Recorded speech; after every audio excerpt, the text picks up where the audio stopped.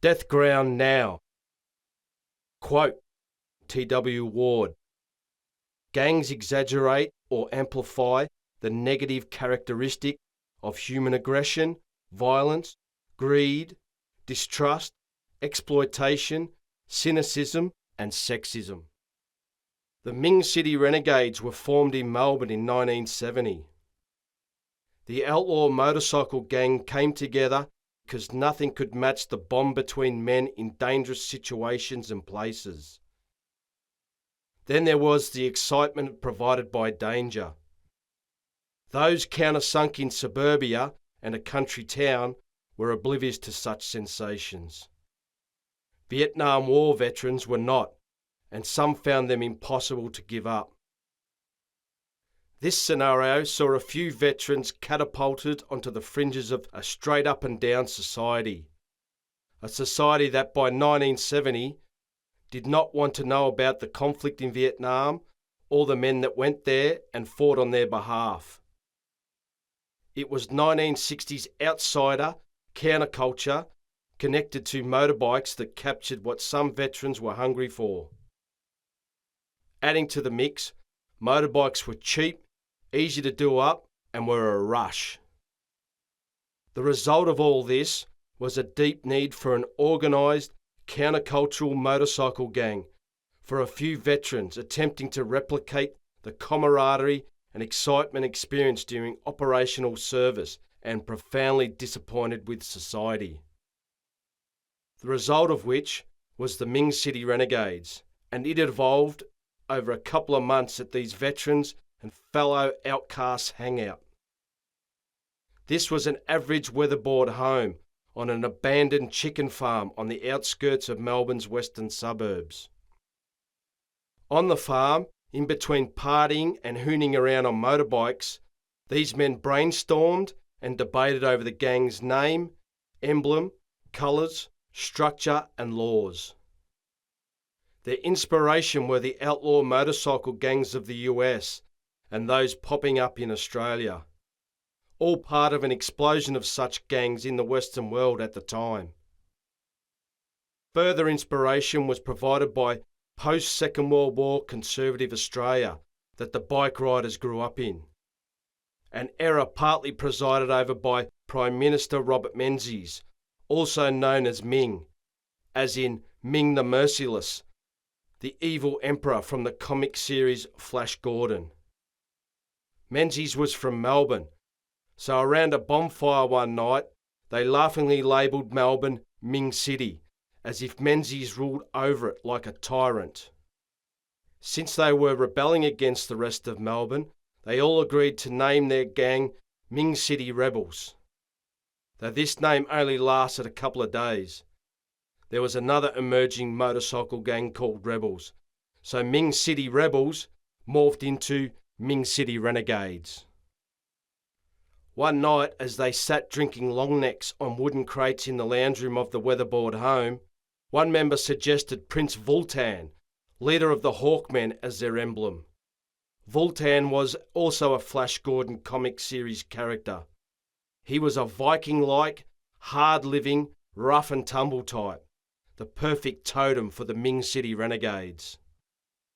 The next night on the gang's white dining room table, a tattooist with a black pen in hand sketched out the group's emblem. When he was finished, on the table was a winged, solidly built, bearded man wearing a medieval helmet and clothes. This version of Prince Vultan was flying up and fast to the right. As the bike riders stood around the dining room table, staring at the sketch, a leading member suggested the drawing was missing something. Then a veteran piped up. "Put a firing Owen gun in his fat hands." The Owen gun was a distinctive Australian design and manufactured assault rifle that was used by Australian forces during the Second World War, Korea, Malaya and Vietnam. So a flying Owen gun firing Prince Vultan, or the Flying Viking as he was dubbed, became the Ming City Renegades totem. On the dining room table, the tattooist wrote above the Flying Viking in Wild West font, Ming City Renegades. Below in the same font, the tattooist wrote, Melbourne. 2 days later, the tattooist returned to the weatherboard house with some paint and an artist brush. He coloured in the lettering and the Flying Vikings helmet and wings in gold. Shells discharging from the Owen gun were also gold. The assault rifle, bushy beard and clothing were painted black. The Flying Viking's skin a light brown. His bulging blue eyes were bright blue. When Ming City members saw the finished emblem, they tore the legs off the dining room table and nailed it to the wall. On the back of their grease and oil-stained denim and leather jackets, Ming City members sewed on the gang's embroidered patches. They wore these jackets proudly at concerts and on long rides. On these rides they found freedom. To ride flat out like there's no tomorrow on a powerful machine on an open road requires all your concentration. This is where liberation lies, as the everyday stresses vanish in that space. Then there was the power associated with riding as an outlaw motorcycle gang.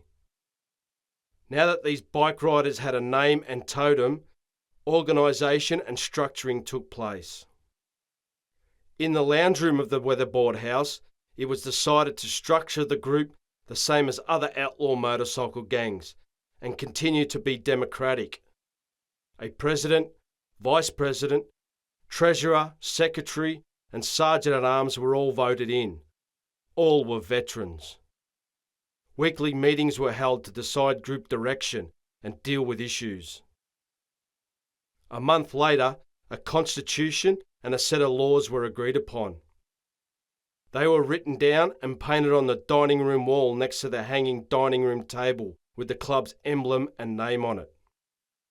A few found the introduction of hierarchy and rules repugnant, so left the gang and continued their libertarian ways. While a few left the group, many more joined. Those that flocked to Ming City were from a range of ethnic backgrounds. Many were the sons of post-World War II migrants from Europe and were struggling with their identity. With Ming City Renegades, they knew who they were. For them, the Flying Viking was all. The Ming City Renegades grew that big that quickly that they had to split the gang into 3, each called a platoon.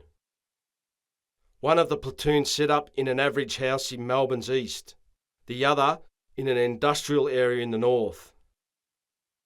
In the early 1970s, more Ming City Renegades platoons were formed and distributed around the city.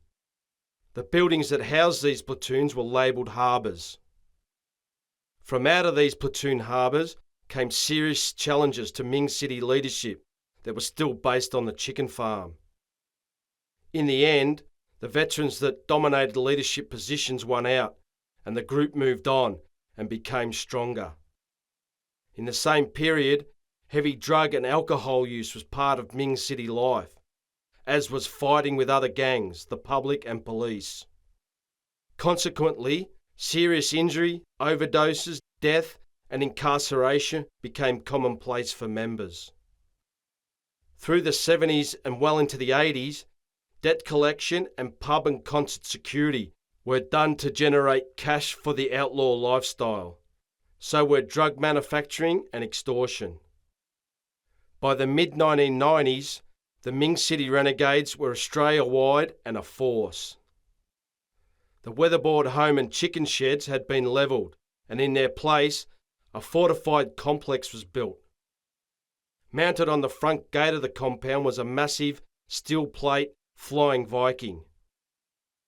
In the meeting hall, the largest building of the complex, hung the dining room table with the Flying Viking painted on it. Before the arrival of a new millennium, Vietnam veterans and other founding members trickled out of the gang, and another generation trickled in and took over. This generation were not old enough to experience or understand the countercultural period in which the gang was born, but still joined for the brotherhood, bike riding, outlaw culture and the power of the patch. It was this generation that began to refer to the gang as MCR and invested gang money into legitimate businesses, such as construction and transportation. The next few years for MCR were stable, and except for a few arrests, the gang flew under the radar of police and the public. Then another generational shift took place that threw those years on their head. The next lot to join MCR were less interested in the outlaw lifestyle and riding motorbikes. They wanted money and power, and they saw the outlaw motorcycle gang as an avenue in which to snatch them. For these young blokes, the Ming City Renegades was an organised group of rugged outsiders that were prepared to do violence, which gave them an aura. Therefore, MCR was perfect for them to conduct a commercial insurgency through. This was an insurgency not to replace the state or overhaul society. It was an insurgency to gain and accumulate ultra-expensive material possessions. Mansions, exotic cars and custom motorbikes, designer clothes and jewellery. Businesses such as gyms and tattoo parlours, all of which is to be flashed all over social media. Ultra-expensive material possessions were the way to bring relevance, significance and purpose to your life, these members believed. Some of those intakes were the sons of migrants from the Middle East, Pacific Islands and Africa. The first step these Gucci guerrillas took on the path to a commercial insurgency was to forge links with local drug traffickers who had international connections and dominate street dealing for them. This strategy brought cash by the barrow load. This cash was then laundered through the same local organised crime networks.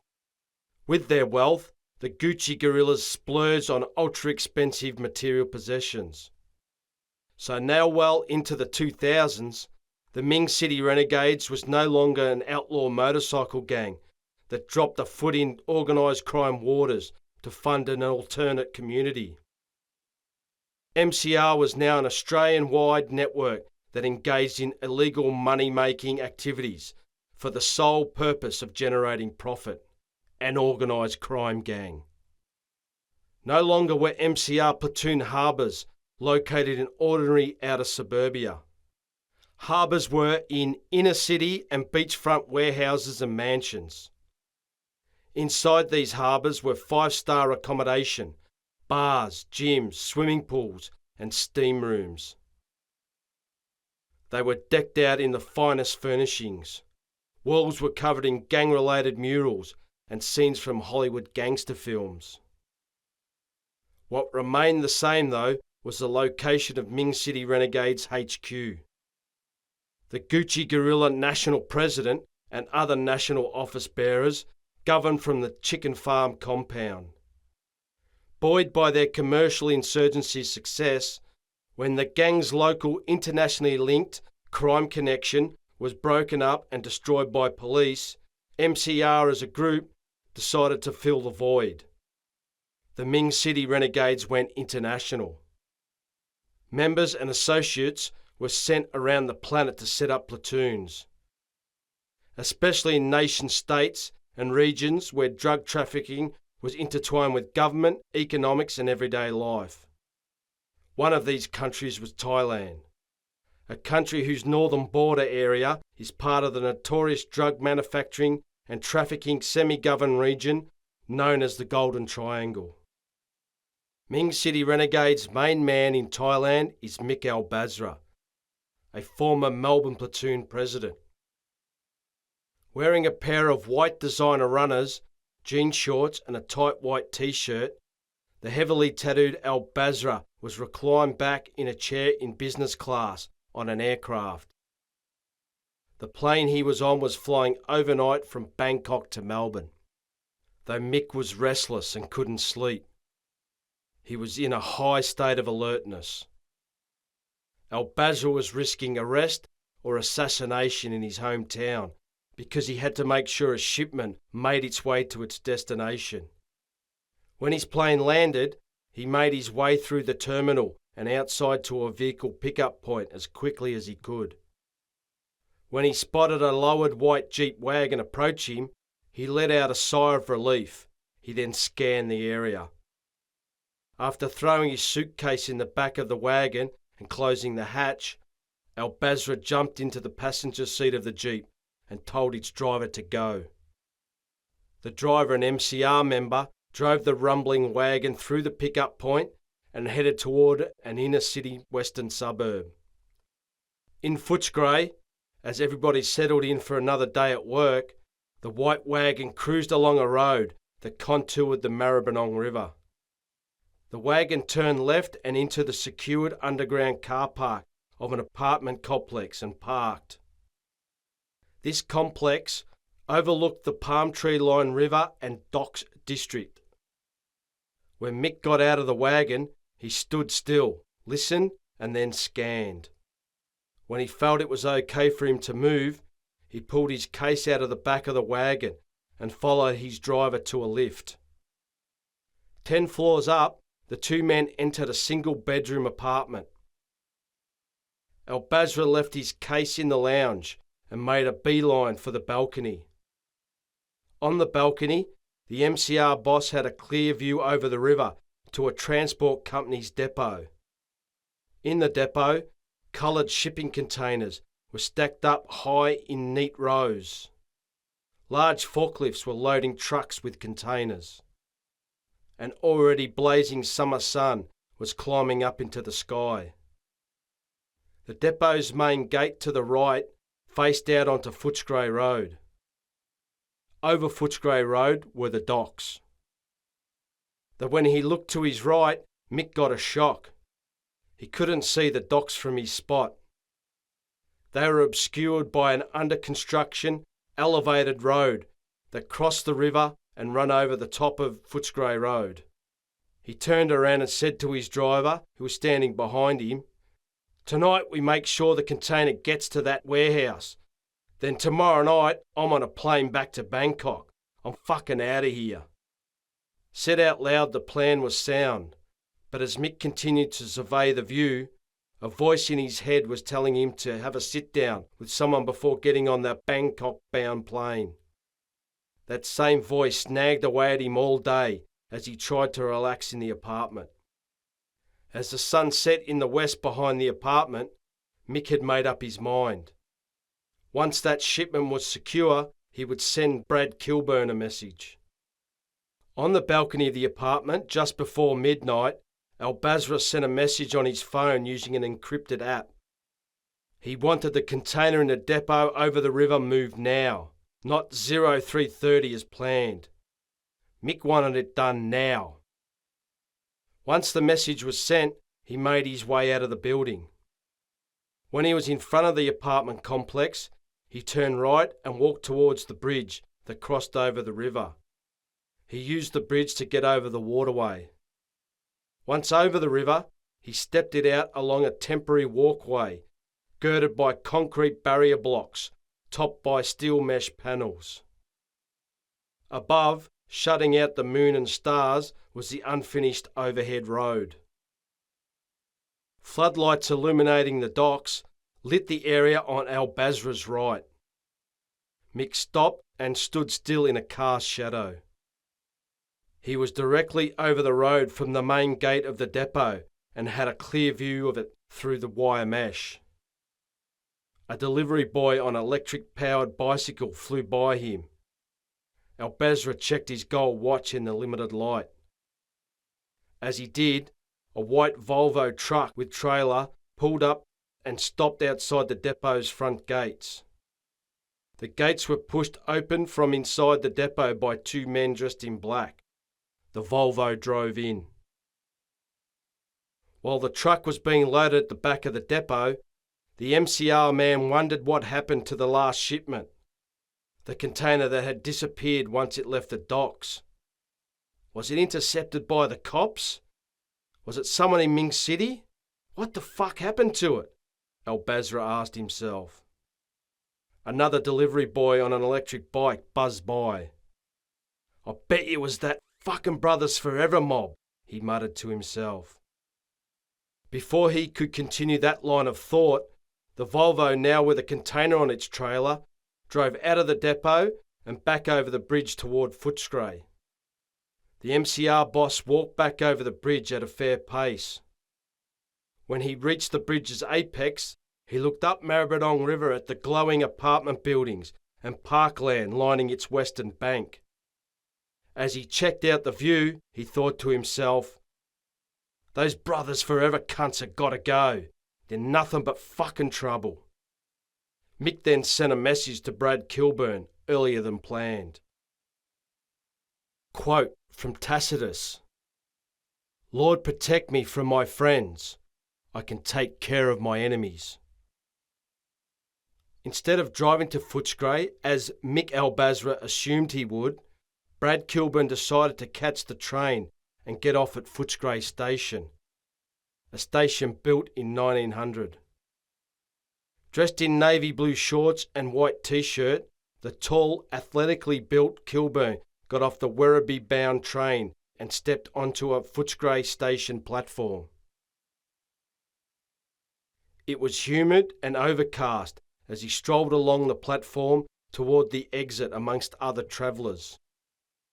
As he exited the station, through one of the light brown brick building's 3 archways, Kilburn was curious to see what Albazra wanted from him. He knew this wasn't just friends catching up, as the MCR boss suggested in his message. As the handsome dark-haired Kilburn strolled toward a set of traffic lights, he was intercepted by a well-dressed African man. He handed Kilburn a pamphlet and said, "Put your trust in Jesus for your eternal salvation." Kilburn took hold of the booklet, thanked the man, smiled and kept walking. As he stopped at the traffic lights waiting to cross a busy road, he read the title of the pamphlet. It read, "How to be free from the fear of death." "Too late," he said to himself. "I lost the fear of death when the doctors told me I wouldn't live past the age of 12, and did. Everything's been a bonus since." Living past the age of 12 when he wasn't expected to had provided Brad Kilburn the freedom to go after experiences others were frightened to chase due to fear of failure, confrontation or death. This freedom allowed him to leave school early and do a variety of edgy jobs no one wanted to do. Join the Australian Regular Army when operational deployments were certain, travel through unstable regions, and study at university, which culminated with a PhD. Kilburn had been free from the fear of failure, confrontation, especially death, for a long time. He put the pamphlet into a back pocket of his shorts and scanned the area in front of him. Over the road were shops facing out onto the main road, and to the right of them was Footscray Market. The market was a bland, cream-coloured rectangular building with car parking on top. The market was a hive of activity. It was alive with a multitude of shoppers from multiple ethnic groups. Where Mick Albazra wanted to meet was at the far end of the market and outside it. Kilburn then changed his mind. He decided not to cross the road at the lights, but instead continue along the side of the road he was on toward the proposed meeting place at the market. He did just that. When he was over the road from a tobacconist in the market that faced out onto the road, he spotted Albazra. He was sitting and smoking on a stainless steel chair at a stainless steel table outside the shop. Through his large dark designer sunglasses, the Ming City chief was studying everyone and every movement. There were others sitting around him. Kilburn walked over the road when there was a break in traffic. When he was halfway over the road, Albazra spotted him and smiled. The MCR member's big white fake teeth shone in the sun. When he'd crossed the road, Kilburn commented, "I didn't think you'd leave Thailand." "Nah, mate, just here on business. Take a seat," Albazra replied. Kilburn pulled up a chair and sat on the other side of the table from Mick, where he had a view of the road and up and down the footpath. The smell of freshly butchered meat and fish swept along the footpath with a warm breeze.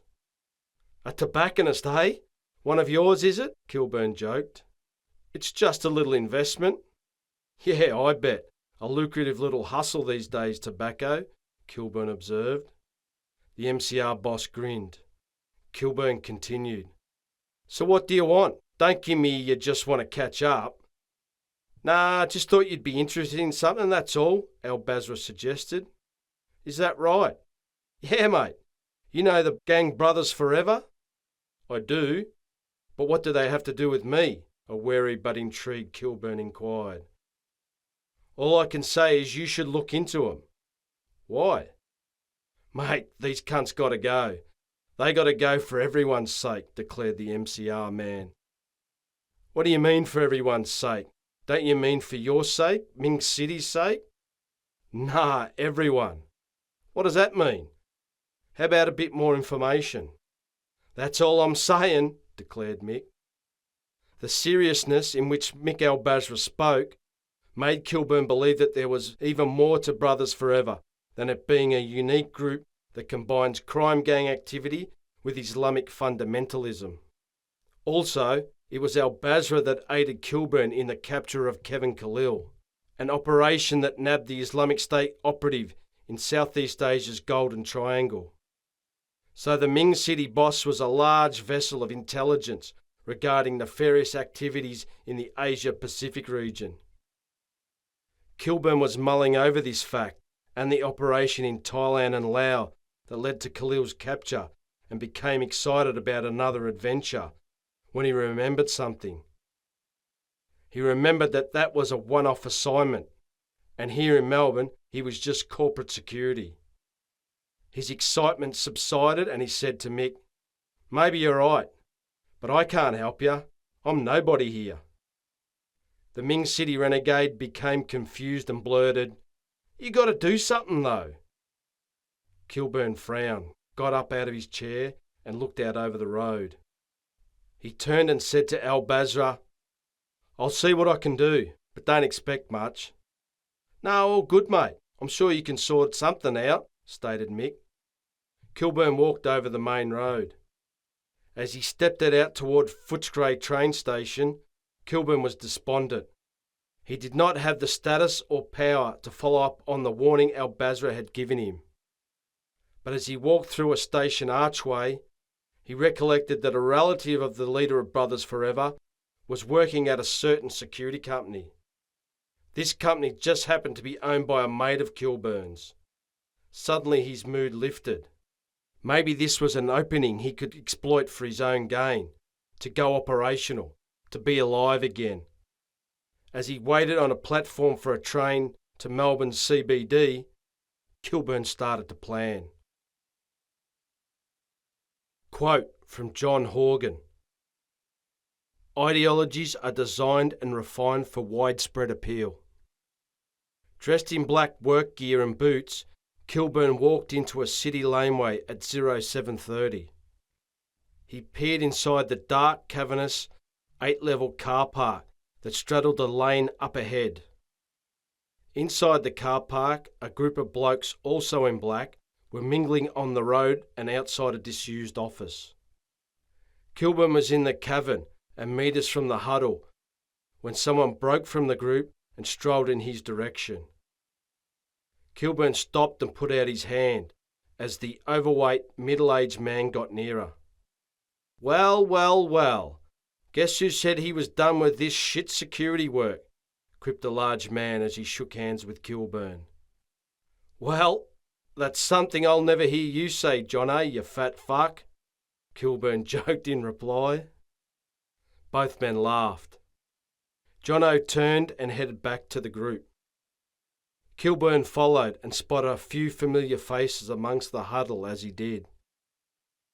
Once pleasantries were exchanged and some bullshit banter was had, Johnno gave the group a quick brief. The security crew had been assembled to clear a few car parks of drug users, the homeless and mentally ill. After the brief, Johnno broke the group up into pairs. Kilburn was paired with a broad-shouldered man taller than himself. He had short red hair and a long bushy red beard. He coldly introduced himself as Mustafa and gave Kilburn a firm handshake. "Looks like you and I are to patrol this place," Kilburn observed. In a deep voice, Mustafa retorted, "We are doing the work of God. This is a pit of filth and sin, an enclave of societal decay that needs to be cleansed." Mustafa then moved with purpose toward a car park stairwell inside the building but situated on a neighbouring lane. As he did, Mustafa pulled out a pair of stab-proof gloves from out of a pocket in his jacket and put them on. Kilburn stood and grinned in anticipation of an interesting day. The bearded man pulled open the stairwell door. Curled up sleeping before the bottom step was a gaunt, pale young woman with no shoes on. She smelt like she hadn't showered in years and had smoked 1,000,000 cigarettes since. Mustafa reeled back from the stench and stared down at the woman in disgust. Kilburn watched all of this as he pulled on his own set of stab-proof gloves. He judged by Mustafa's reaction that this was his first time working the car parks. "Wake up, young lady. This is private property, not your own personal den of iniquity. You must leave the area or be declared a trespasser and open to arrest and prosecution," Mustafa ordered. Kilburn strolled over and stood behind the bearded bloke. "Hey, time to wake up and move on and die somewhere else," Kilburn joked loudly. The young woman's eyes opened slowly. She rubbed her eyes and stretched and yawned. Then, without saying a word, she shot up and casually walked out of the stairwell. Mustafa and Kilburn moved aside for her. She left the car park barefoot and her hair a mess. "That was an easy one. Wait till they're fucked up on ice and violent," Kilburn commented. To disguise his shock, Mustafa expanded his chest and headed toward the stairs at speed. "Where are you going?" Kilburn inquired. "Continuing our patrol," Mustafa growled without looking back. "We start at the top and work our way down, so if you encounter someone in the stairwell or in a car park, we're on top of them, not below. Make sense? There's a set of lifts next to the old office." Mustafa stopped, turned and made a beeline to the lifts without looking in Kilburn's direction. Halfway to the lifts, Mustafa suddenly stopped, bent at the waist and started to dry reach. "It's not just the smell, it's psychological as well. The sight of people who've lost their humanity, that live like rats," Kilburn explained as he strolled toward the ill man. The red-bearded bloke dry-retched even harder on hearing that apt observation. "You'll be right, mate. Take your time. We got all day," Kilburn offered with a grin. Once Mustafa had recovered, they took a lift to level 8. When they exited the lift in the centre of the car park complex, there were only a couple of cars parked in the area the size of a rugby field. In the middle of the car park, laying in a space on a blanket, was a middle-aged man. The man was wearing a beanie that he had rolled down over his eyes. Kilburn pointed toward the sleeping man, and both security guards moved toward him. When they got closer, Mustafa stepped it out to beat Kilburn to the prone man. When he reached the rough sleeper, Mustafa stood over him by his head. Kilburn stopped and stood a few metres back and watched. Loudly, the red-bearded man asked the sleeper to leave the area and lectured him on his wickedness and the fate of his soul. The prone man woke up and looked up. Unperturbed by what he saw, the middle-aged man jumped up quickly and almost knocked Mustafa over. The rough sleeper picked up his blanket and strode off toward a stairwell. "You know they all carry some sort of stabbing or slashing implement, don't you?" Kilburn asked Mustafa. The bearded man turned and stared at his colleague incredulously. "Yeah, mate, they always have something sharp on them, mainly to defend themselves from their own. So be careful standing over the top of them like that," Kilburn advised. Mustafa turned away and continued the patrol. On that patrol down through the car park to ground level, they moved on a few more rough sleepers. Mustafa had to stop and dry reach a couple of times along the way. When they got back down to the ground level, they found a couple of plastic milk crates outside the disused office and sat down on them. From where they sat, they could see all the exit and entries into the car park. Both men sat in awkward silence for a couple of minutes before Kilburn decided to give Mustafa an existential prod. Have you been watching Love Island, where they throw a group of young, stupid, superficial types into a mansion and force them to find love? Mustafa stared at Kilburn angrily and replied, "These programs are designed to soften the minds of the masses, so morally corrupt, godless elites can continue their exploitation of humanity and the planet's resources." Kilburn chuckled. "Mate, it's just a bit of fun. You can have fun, you know. What Muslim would I be if I succumbed to such depravity? What father, husband, or son would I be?" "Fair enough." Not finished, the bearded man continued speaking as he stared at Kilburn intensely.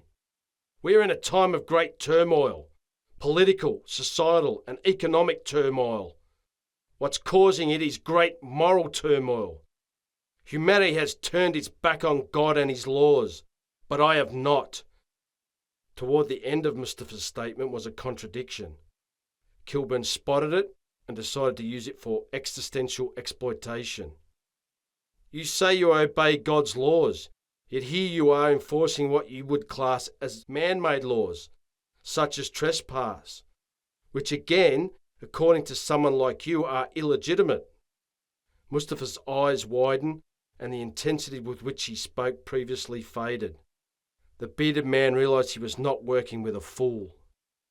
Though in a split second, the intensity returned, and Mustafa argued, "The world's corporations and media are all against Islam. The United States, Israel, Russia, China, and all their allies are at war with Islam, and there is nothing I can do about that, so I live my life under subjugation until black flags are flying proudly in Islamic countries worldwide, and God willing, we have our caliphate." After the bearded man's spiel, Kilburn saw another opening and went for it. "Instead of accepting helplessness, why don't you fight like your brother?" Mustafa almost fell over the back of his crate when he heard that statement. Again, he recovered quickly and replied, "My brother is convinced that unrestricted degradation warfare against the West is the way forward. He's been deceived. He'll be crushed by the forces of the non-believers." It was now Kilburn's turn to be stunned. When he heard the term unrestricted degradation warfare, his mind drifted back to that night inside the Golden Triangle compound and his confrontation with the Islamic State operative Kevin Khalil. Just before a zip-tied Khalil was about to be shoved into a Black Hawk helicopter by Thai Special Forces, he warned Kilburn that unrestricted degradation warfare was the future. Kilburn's time travel was broken by Mustafa's voice. "My friend, let me warn you, my brother is a fanatic." Quote from Robert Greene. "Death ground is a psychological phenomenon that goes well beyond the battlefield. It is any set of circumstances in which you feel enclosed and without options. This is very real pressure at your back, and you cannot retreat. Time is running out. Failure, a form of psychic death, is staring you in the face. You must act or suffer the consequences." The grass surface of the suburban football oval was bright green and was highlighted by a powerful sun that was low in the sky. Kilburn noticed this when he jumped the oval's hip-high perimeter fence. As he started to jog around the oval, a lot was going through his mind. His encounter with Mustafa was foremost in his thoughts. There was a romantic ghost from his past haunting him, then there was career stagnation. When he finished his first lap, he dropped and did some push-ups and sit-ups. When he'd finished those, he decided that he had to give Keith Higginson a ring. Higginson was a Vietnam veteran, former intelligence officer, was Kilburn's university lecturer, and the man that gave him the one-off opportunity to track down Kevin Khalil. Kilburn reasoned that there was no option but to get in touch with Higo. There was too much information indicating that there was a connection between Khalil and his presence in Southeast Asia and the Brothers Forever gang. 45 minutes later, Kilburn was spent and his t-shirt was wet from sweat. He was done for the day. As he was stretching, he rehearsed what he was going to say to Higginson in his head. Once stretched, Kilburn pulled his mobile phone out of his shorts and called Higo in Thailand. Higginson was glad to hear from him and asked why he hadn't kept in touch. Kilburn replied that he had nothing to say, though the truth was, Kilburn was uncomfortable with keeping in touch with the older man just to keep him as a contact. That seemed disingenuous to Kilburn. After the pair caught up, Kilburn informed Higginson about his sit-down with Al Basra and what he'd gathered from Mustafa. "That bloody unrestricted degradation warfare thing again," growled Higo. "Yeah, that's why I thought I would give you a ring. I knew the capture of Khalil wasn't the end of his plotting and scheming," Kilburn surmised. "No, it doesn't seem like it. Let me make some inquiries and I'll get back to you," Higginson said. "No worries." Kilburn walked around the Oval for half an hour after the call. A million possibilities were flying around and colliding in his mind. These possibilities and other ruminations kept Kilburn awake at nights and dominated his every move for the next few days. Then one morning, as he was walking to work in the CBD, dressed in a blue business suit and white shirt, Kilburn's phone rang. He answered it. "You're on," Keith Higginson stated. "What? What are you talking about?" "Start gathering what you can on Brothers Forever, immediately," Higo instructed. "Okay," Kilburn replied apprehensively. "I'll be in touch." Seconds after the call had finished, Kilburn compiled a list in his head of who he knew on both sides of the law who had pertinent information on Brothers Forever. He stopped in his tracks and moved into the doorway of a department store and messaged these potential sources of intelligence. Then online on his phone, Kilburn identified mainstream media articles, social media accounts, videos, podcasts, and chat rooms that could give him more open source information on the gang than he already had. All this as hundreds walked by on their way to work. By the time Kilburn stepped out of the doorway, he had a reasonable but not thorough grasp on Brothers Forever. As he strolled amongst many toward the building he worked at, he went through in his head what he knew about the gang so far. For starters, Brothers Forever was formed by Mustafa's younger brother, Abdullah. Both men were from an Italian Catholic background. Their original names were Michael and Aaron Mancuso. Both were involved in gangs, crime and violence at an early age. Stints in juvenile detention were regular. Then Mustafa broke the crime and detention cycle by converting to a radical form of Islam. Abdullah, meanwhile, continued in street crime. During his first stretch in adult prison, Abdullah was approached by an infamous Middle Eastern gangster in an exercise yard one cold, overcast day. In the yard, the influential and charismatic gangster attempted to convert Abdullah to Islam, a puritanical, fundamentalist version of Islam that interprets the Quran literally. The gangster strategically highlighted Islam's emphasis on community, family, honour and loyalty. When these elements of Islam were merged with wealth, power and prestige gained from organised crime, Abdullah was not only willing to convert to the gangster's version of Islam, but also prepared to do anything the gangster asked. Once out of prison and armed with strict instructions from the Middle Eastern gangster, Abdullah went about forming Brothers Forever in Melbourne's western suburbs. Unlike some gangs, Abdullah's Brothers Forever was ethnically mixed. Asians, Aboriginals, Anglos, Pacific Islanders and Middle Eastern types, and whoever else wanted to join this group of misfits.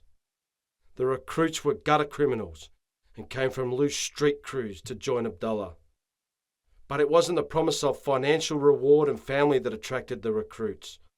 That's what other gangs offered as well. No, it was also a profound existence through religion that drew them in. Once formed and structured, Brothers Forever, or B4E, went straight to work for the Ming City Renegades.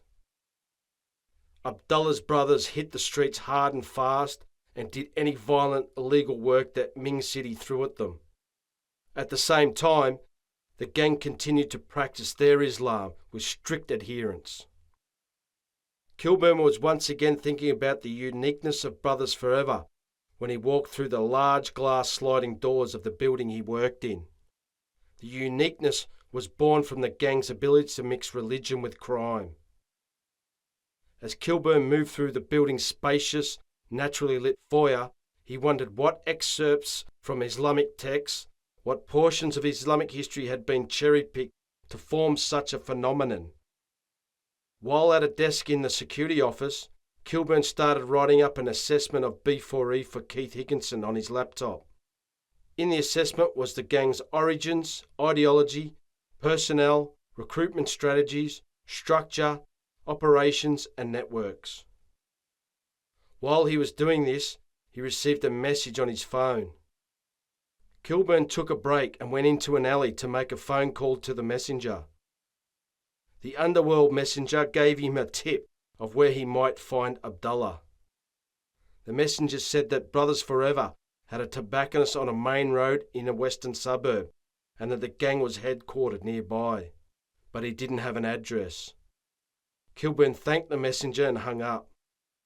He then Googled a strip of shops in the suburb.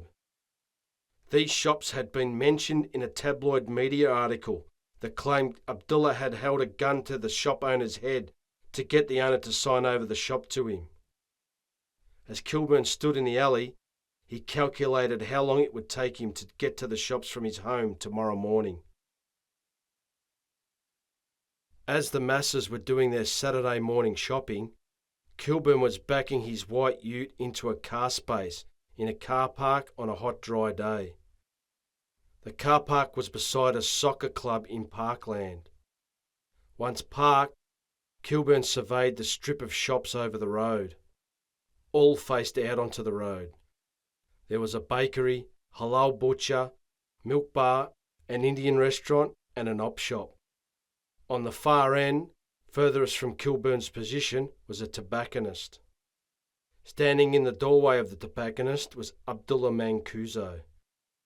He was shaven-headed, red-bearded, solidly built, and wearing a black and gold Versace t-shirt. Knowing B4E headquarters was nearby, Kilburn got out of his vehicle undetected and walked through Parkland, behind the soccer ground and into the surrounding streets. These streets, encircled by industry, were in transition. The 1950s houses were either dilapidated or demolished.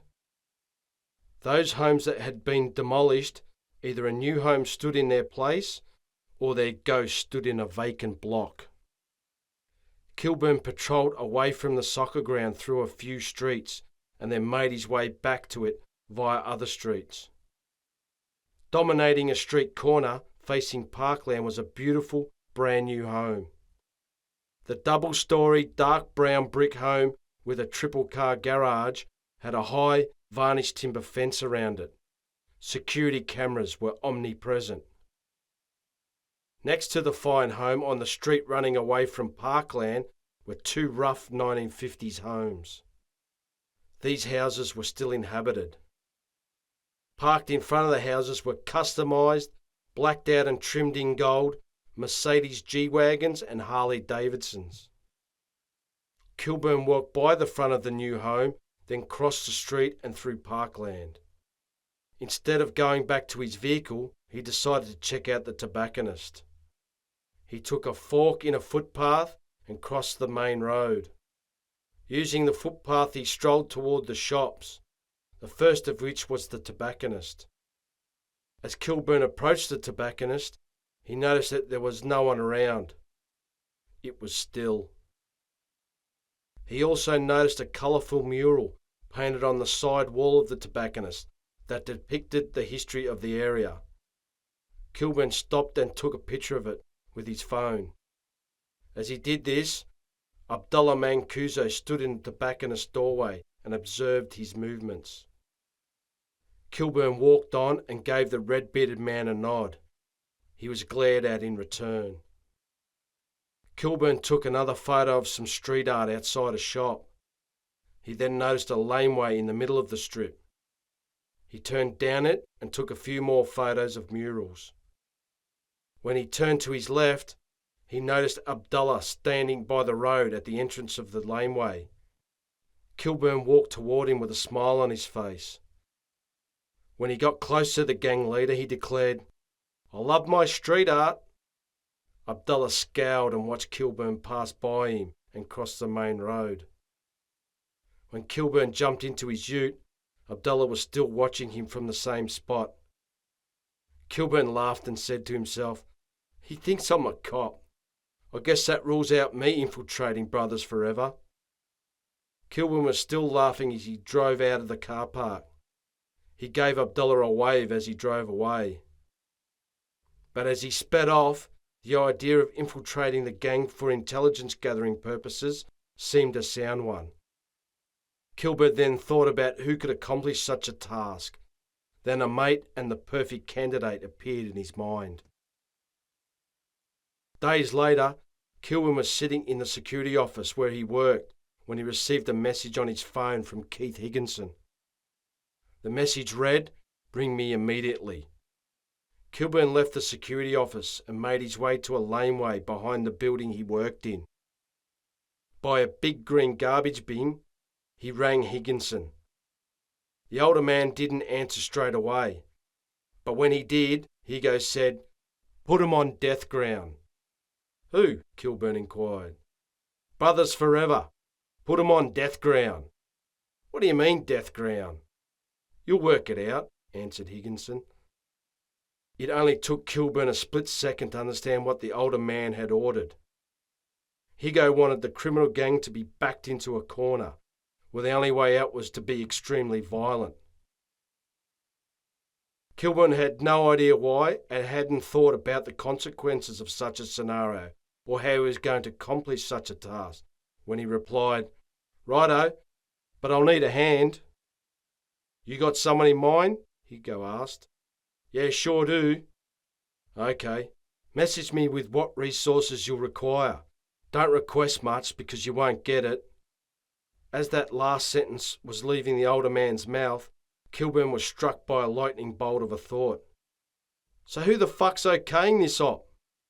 Before Kilburn could finish his line of inquiry, Higo stated, "Just like in Thailand, mate, but don't get caught." Kilburn's mind went blank for a second. Then he reasoned that he was already this deep into whatever this situation was, so why not drive on? "Understood," Kilburn replied calmly. Keith Higginson hung up. Now Kilburn's head was spinning. He walked up and down the laneway for 10 minutes as he laid out a plan of action in his head. He decided the first thing he was going to do was finish the brief he'd compiled on B4E and send it to Higo.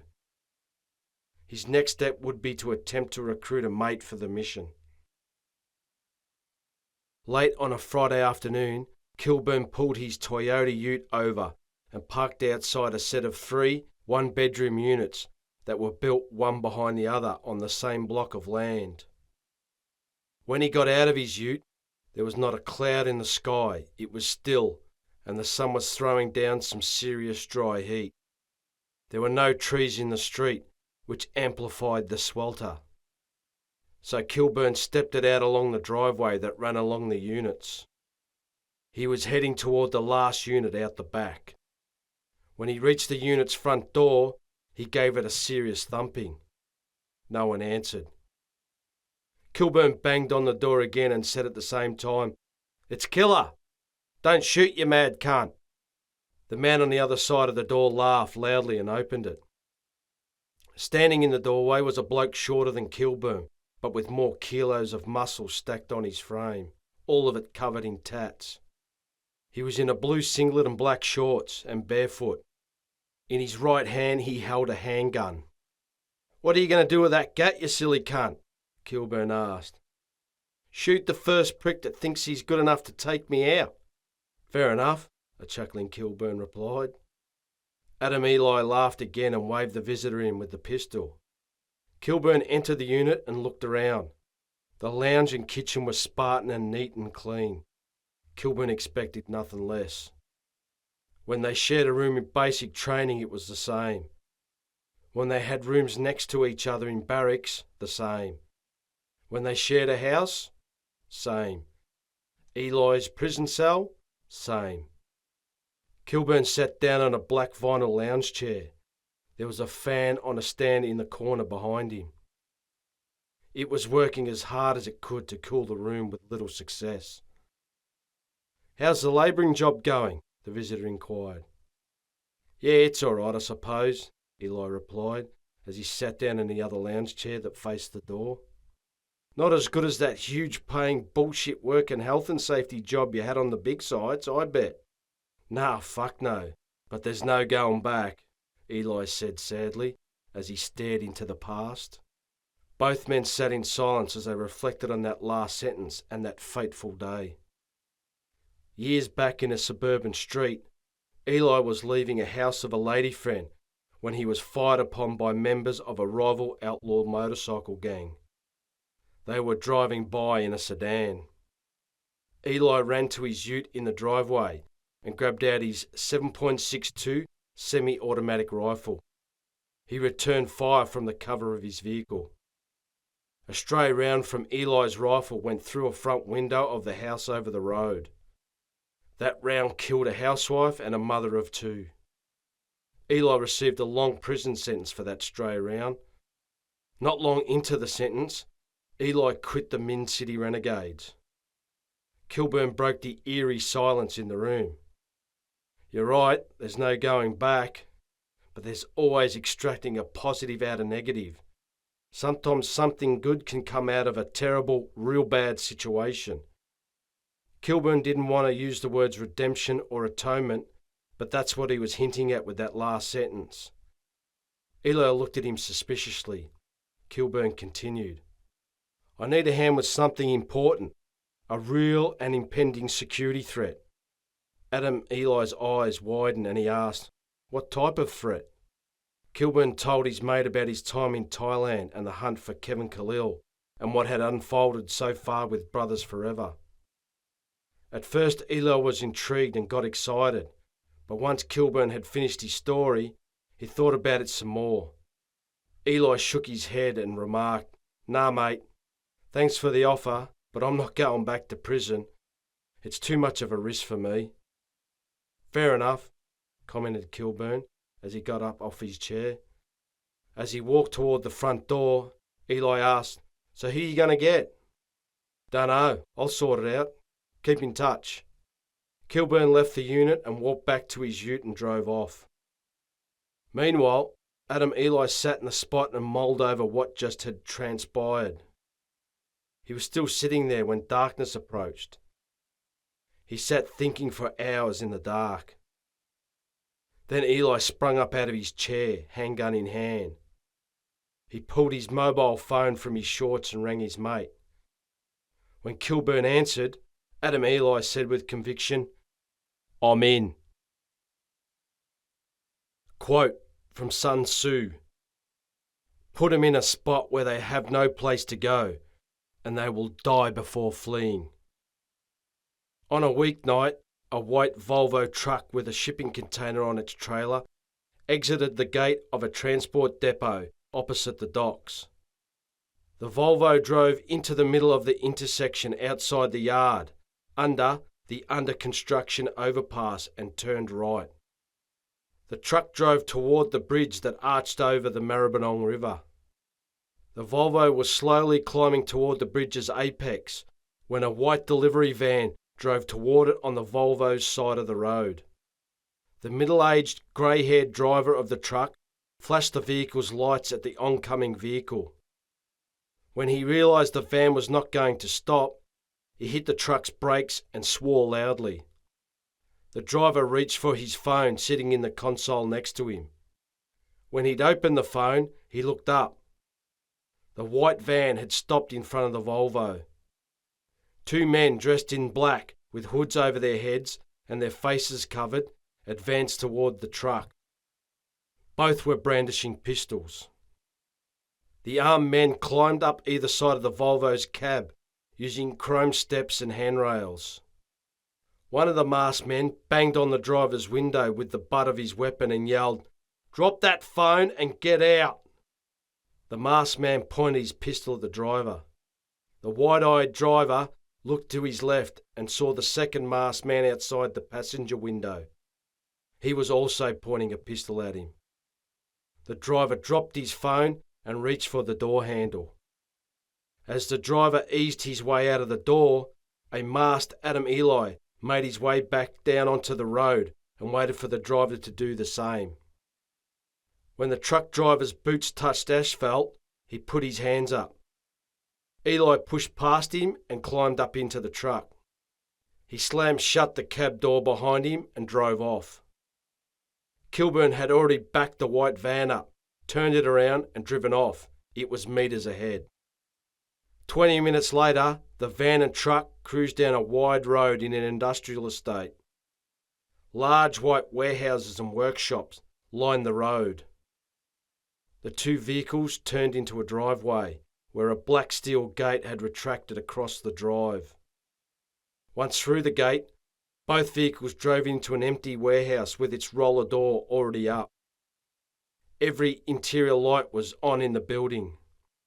After parking inside the warehouse, Eli and Kilburn got out of their vehicles unmasked and walked toward the roller door at the front of the building.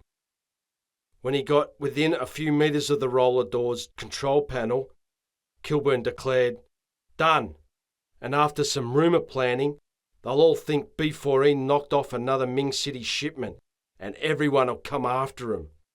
Restriction of supply in a heavy demand market pisses everyone off. I'll let Mick know." As Kilburn pushed a button on the control panel and the roller door shook and started to close, Kilburn turned to Eli. "Give it a couple of weeks and a couple of shootings and we'll organise that bump for you." Eli nodded. They both walked to the back of the warehouse and exited a back door. 2 nights later, with a full moon high in a clear sky, Kilburn backed the white van into a parking bay in a car park next to a soccer club in Parkland.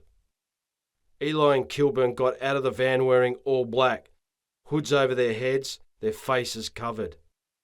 In their hands they carried gifts from Mick al-Basra, M4 assault rifles. Both walked by and then behind the soccer field till they were over the road from a modern home on a street corner. The home belonged to B4E leader Abdullah Mancuso. Kilburn and Eli walked onto the road. They looked at each other in the dark and laughed quietly.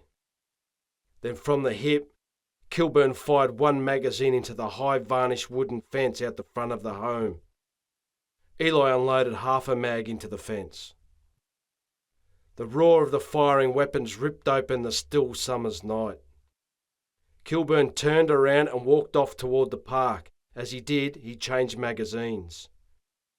Eli dropped to one knee and provided cover. When Kilburn had found cover behind a tree, Eli picked up, turned and walked off at a steady pace toward Parkland. It was then that Kilburn noticed a stocky, silhouetted figure appear outside the targeted home with what appeared to be a firearm. Kilburn fired 2 rounds above the person's head. The dark figure ducked and scurried back through the gate in the fence. Kilburn chuckled, turned and moved off toward the car park. Eli was metres behind him, providing cover. When Kilburn reached Eli's fire position, Adam Eli moved off with him. Reloaded and content with their night's work, the gunmen walked back casually to the van with their weapons resting on their shoulders. The white delivery van cruised along an outer suburban street where mansions rose up and dominated either side of the road. Parked on the street outside one of these mansions was a black Chevy Camaro with gold racing stripes. Kilburn stopped the van next to the Chevy. Eli got out of the van with a concrete block in his hands and threw it through the front window of the Camaro. Adam Eli then reached inside the white van for a Molotov cocktail. He lit it and threw it through the broken front window of the black vehicle. A split second later, furious orange flames flew out of the Chevy's front window. The Camaro happened to belong to the National Vice President of the Ming City Renegades.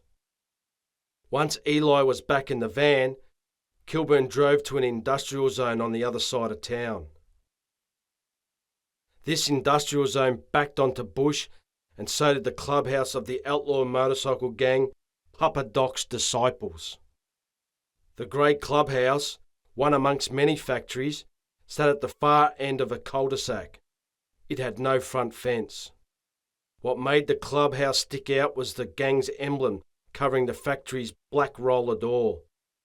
This was a grimacing white skull looking straight up, and its neck bones exposed.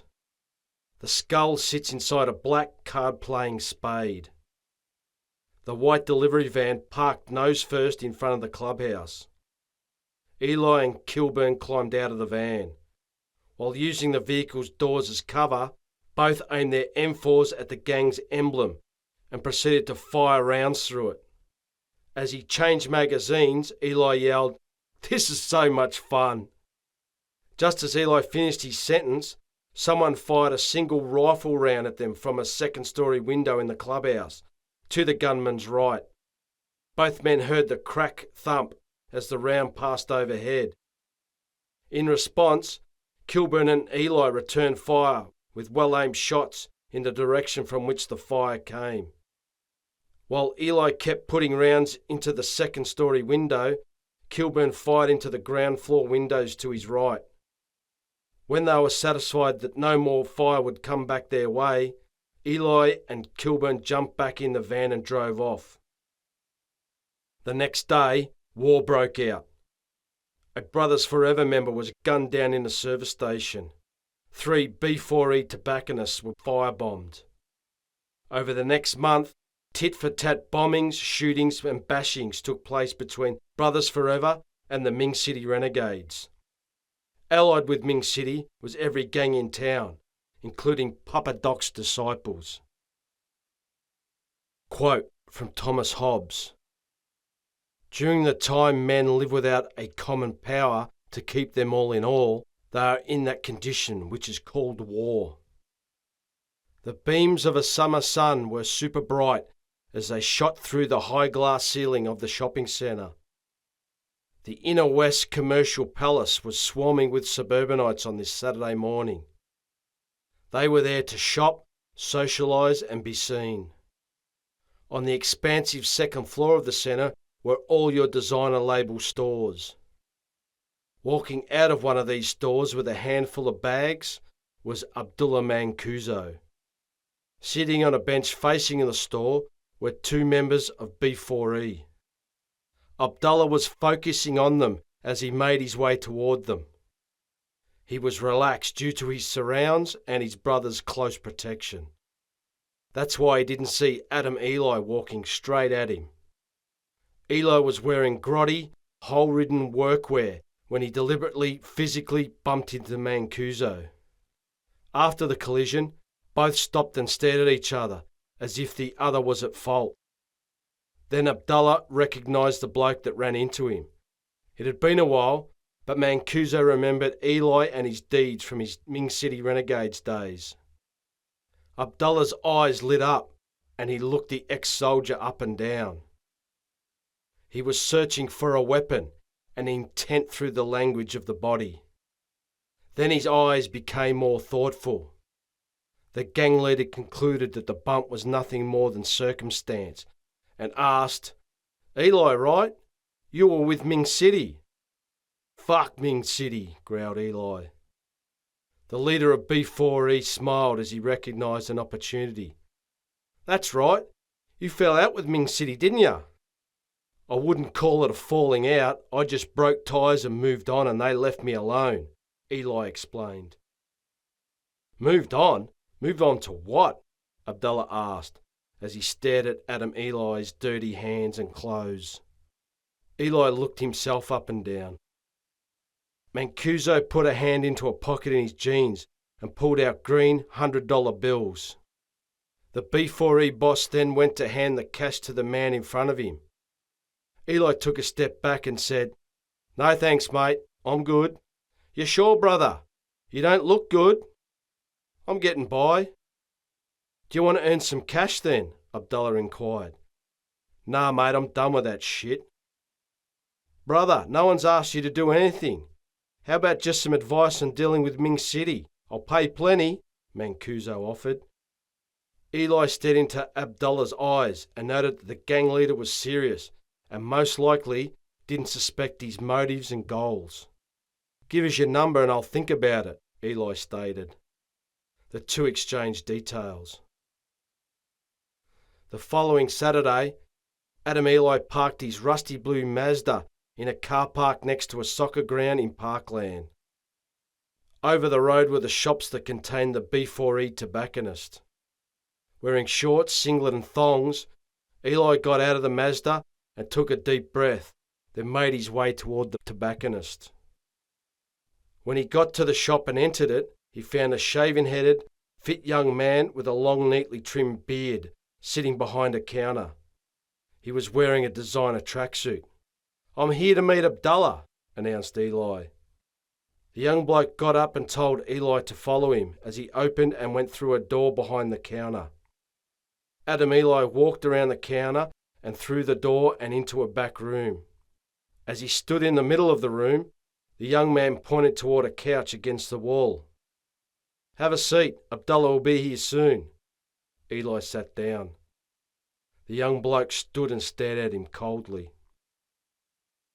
Eli observed a curved, ornate sword sitting on a stand on a bench behind the young bloke. Then through the back window of the room, he noticed a chubby, shaven-headed, bearded man walk toward the back door. The chubby man had an AK-47 in one hand. Eli thought about running for the front door, though this plan was shut down when another fit young man with a beard walked through the door Eli used to enter the room. This individual walked over to the sword on the bench, picked it up and unsheathed it. He placed the sword scabbard back on the stand and stood in front of the same door he entered the room with. By now the chubby bloke was blocking the back door and had his AK in both hands. "What are you doing here?" the first young man asked. "I'm here to see Abdullah," replied Eli. "Nah, bro. What are you really doing here?" "Mate, is Abdullah turning up or what?" There was no answer to the visitor's question. All three men stood and stared at the man on the couch, who nonchalantly took out his phone and checked his messages. The atmosphere was tense. The threat of death dominated the small room. Then Abdullah's voice could be heard out the front of the shop. He was talking on his phone. He was on his phone and had a cigarette hanging out of his mouth when he entered the back room. The B4E leader gave Eli a thumbs up as he continued his call. When he'd finished his phone call, the red-bearded Mancuso greeted Eli and asked him to go for a walk. Before they left the tobacconist, Abdullah was on his phone again. Both men crossed the road and moved through Parkland. Abdullah smoked and chatted on his phone about real estate deals and development. Once through the park, they strolled over the road to the gang leader's home. Eli noticed that the front varnished timber fence had been replaced. A smile spread across his face. Mancuso kept talking on his phone as they stopped outside the home's retractable front steel gate. Using a remote, the B4E boss opened the gate. It retracted slowly. the two men walked inside the home's perimeter. In the driveway beside the house was a blacked-out Lamborghini SUV. Behind it was a blacked-out Mercedes wagon. Eli checked out the vehicles while Abdullah kept chatting away. Using the remote again, Mancuso opened the garage door. Inside the garage were leather couches and chairs. Behind the couches was a boxing ring and equipment. There was weight training equipment as well. Behind the gym equipment, and covering the entire back wall, was the black flag of Islamic State. Mounted on the garage walls were gold ornate swords, bows, arrows, muskets, and an AK-47. Eli walked up to the AK and inspected it. As he was doing this, the B4E leader finished his call and remarked, "The finest of Islamic workmanship." "Looks it," Eli agreed. "Brother, we were once the top dogs when it came to civilization. Then us Muslims were robbed of our greatness by the non-believers. Now, God willing, we will be the top dogs again." There was silence as Eli continued to inspect the intricate gravings on the AK-47. Then Abdullah commented, "The only way to get back our greatness is through fighting and killing our enemies." "What, like Ming City?" Eli observed. "That's right. Ming City's standing in our way of achieving our military goals." When he heard that last comment, Adam Eli turned around and said to the Brothers Forever boss, "Military goals? Don't you mean crime goals?" Abdullah was just about to respond to the question when his phone rang in his hand. He answered it and spent the next 5 minutes talking on his phone about real estate and development deals again.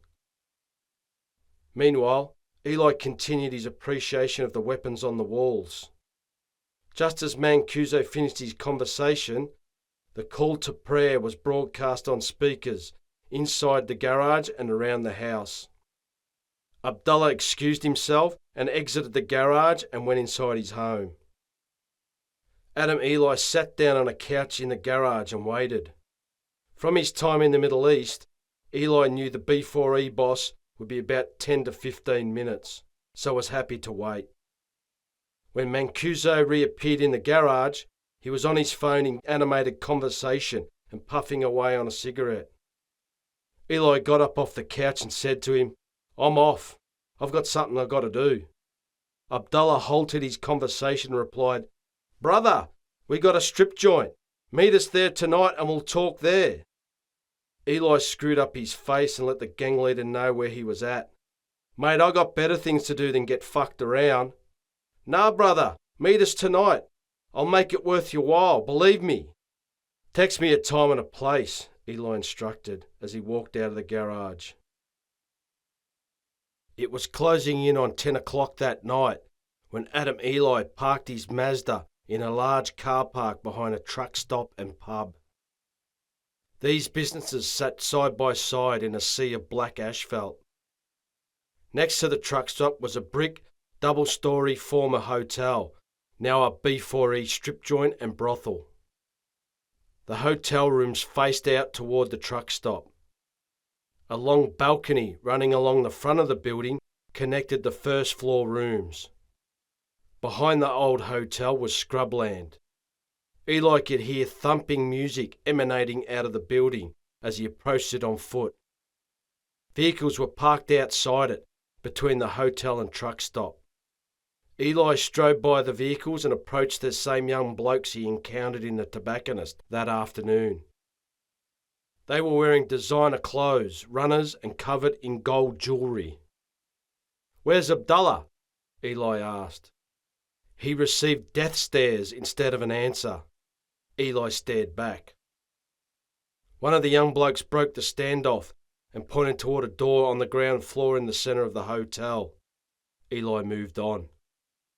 As he got closer to the door he was directed to, the thumping music could be felt, not just heard. He opened the throbbing door and walked into a dimly red-lit room that was wide, not long. On his left was a stage where 3 women danced seductively.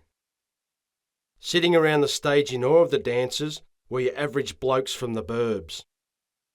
The same types were sitting and drinking and talking to naked dancers throughout the venue, though there was a group on a table that were shaven-headed, bearded and wore designer clothes.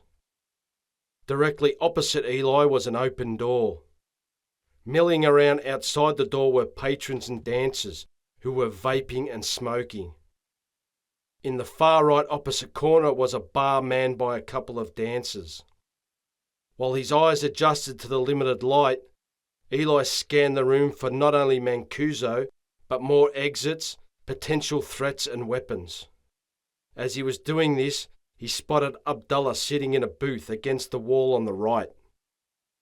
The B4E leader was surrounded by loyalists and dancers and had a glass of whiskey in front of him.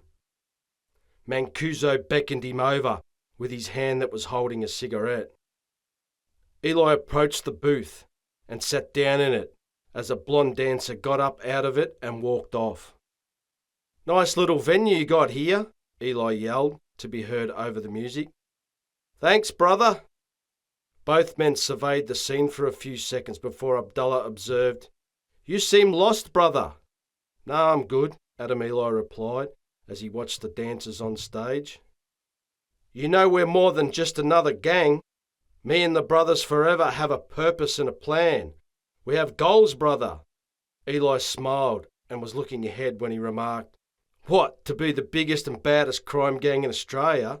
The world? Everyone wants that." "No, brother, you don't understand. We are destroying the enemy from inside. We're soldiers. You're a soldier. Fight with us, brother. Fight with us against a government and people who don't give a shit about you and have left you with nothing. You have nothing, brother. With us you'll have money, a beautiful house. We will find you a beautiful Muslim wife, and through Islam you'll find peace. With me and the brothers you'll be rewarded for your bravery and sacrifice." Mancuso paused, took a sip of his whiskey, and added, "I will look after you, brother."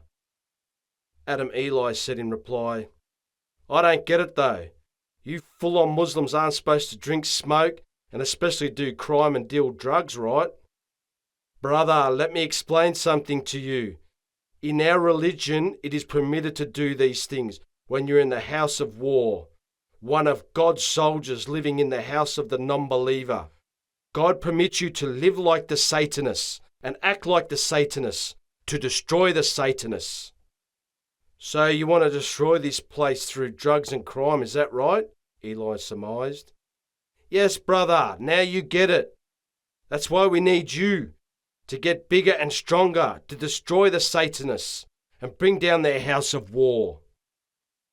The gang leader reached into a pocket in his jeans and pulled out a ringing phone. When he saw who was calling on the phone screen, Abdullah jumped up and took off toward the venue's back door and answered the call outside. Eli stayed put. As he sat surveying the scene, members of B4E in the booth with him and on the other table glanced in his direction for a second or two before turning away. Though this scenario did not scare or deter Adam Eli from his mission. As he sat in the booth of the suburban strip joint, surrounded by violent extremists, he wasn't thinking about the past and he wasn't obsessing over his future. What was happening right then and there was dominating his every thought and action, and he loved it. He was calm. He was home. Suddenly Abdullah Mancuso walked through the back door, staring angrily at his phone, as if it were the person on the other end of the line.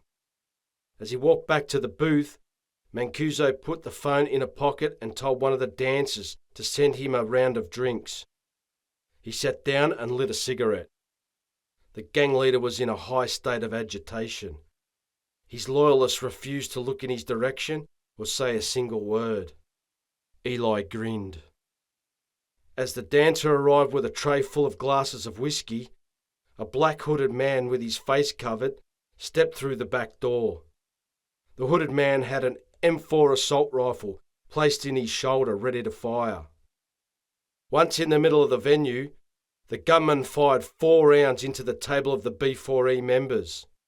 They ran for the doors, while one went to the ground clutching his thigh. A 5.56 round had gone through the table and struck him in the leg. Then from a few metres away, the gunman lined up Abdullah in the open sights of the rifle. Meanwhile, Adam Eli leaned over, grabbed Mancuso, threw him under the booth's table and shielded the gang leader's boss with his body. The gunman fired 2 rounds and smacked into the back of the booth where the B4E boss had been sitting.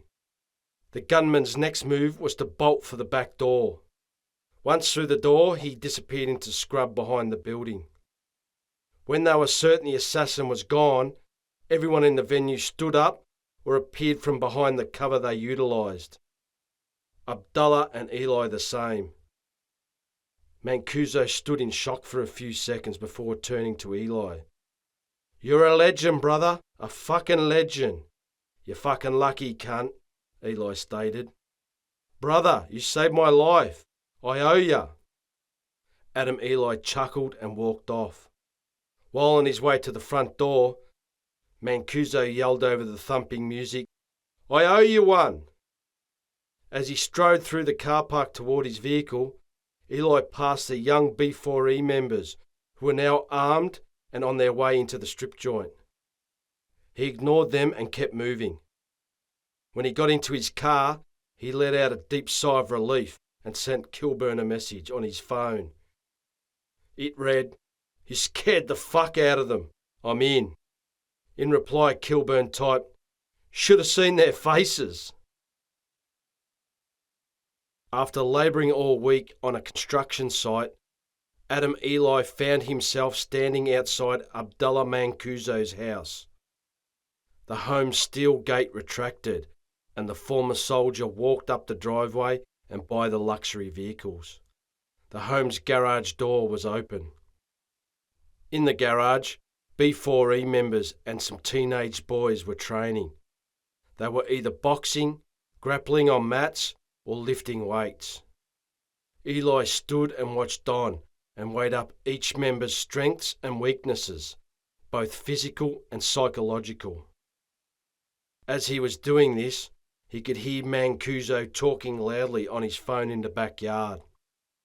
When the gang boss entered the garage via a side door, he looked at Eli and gave him a smile and a thumbs up and continued his conversation.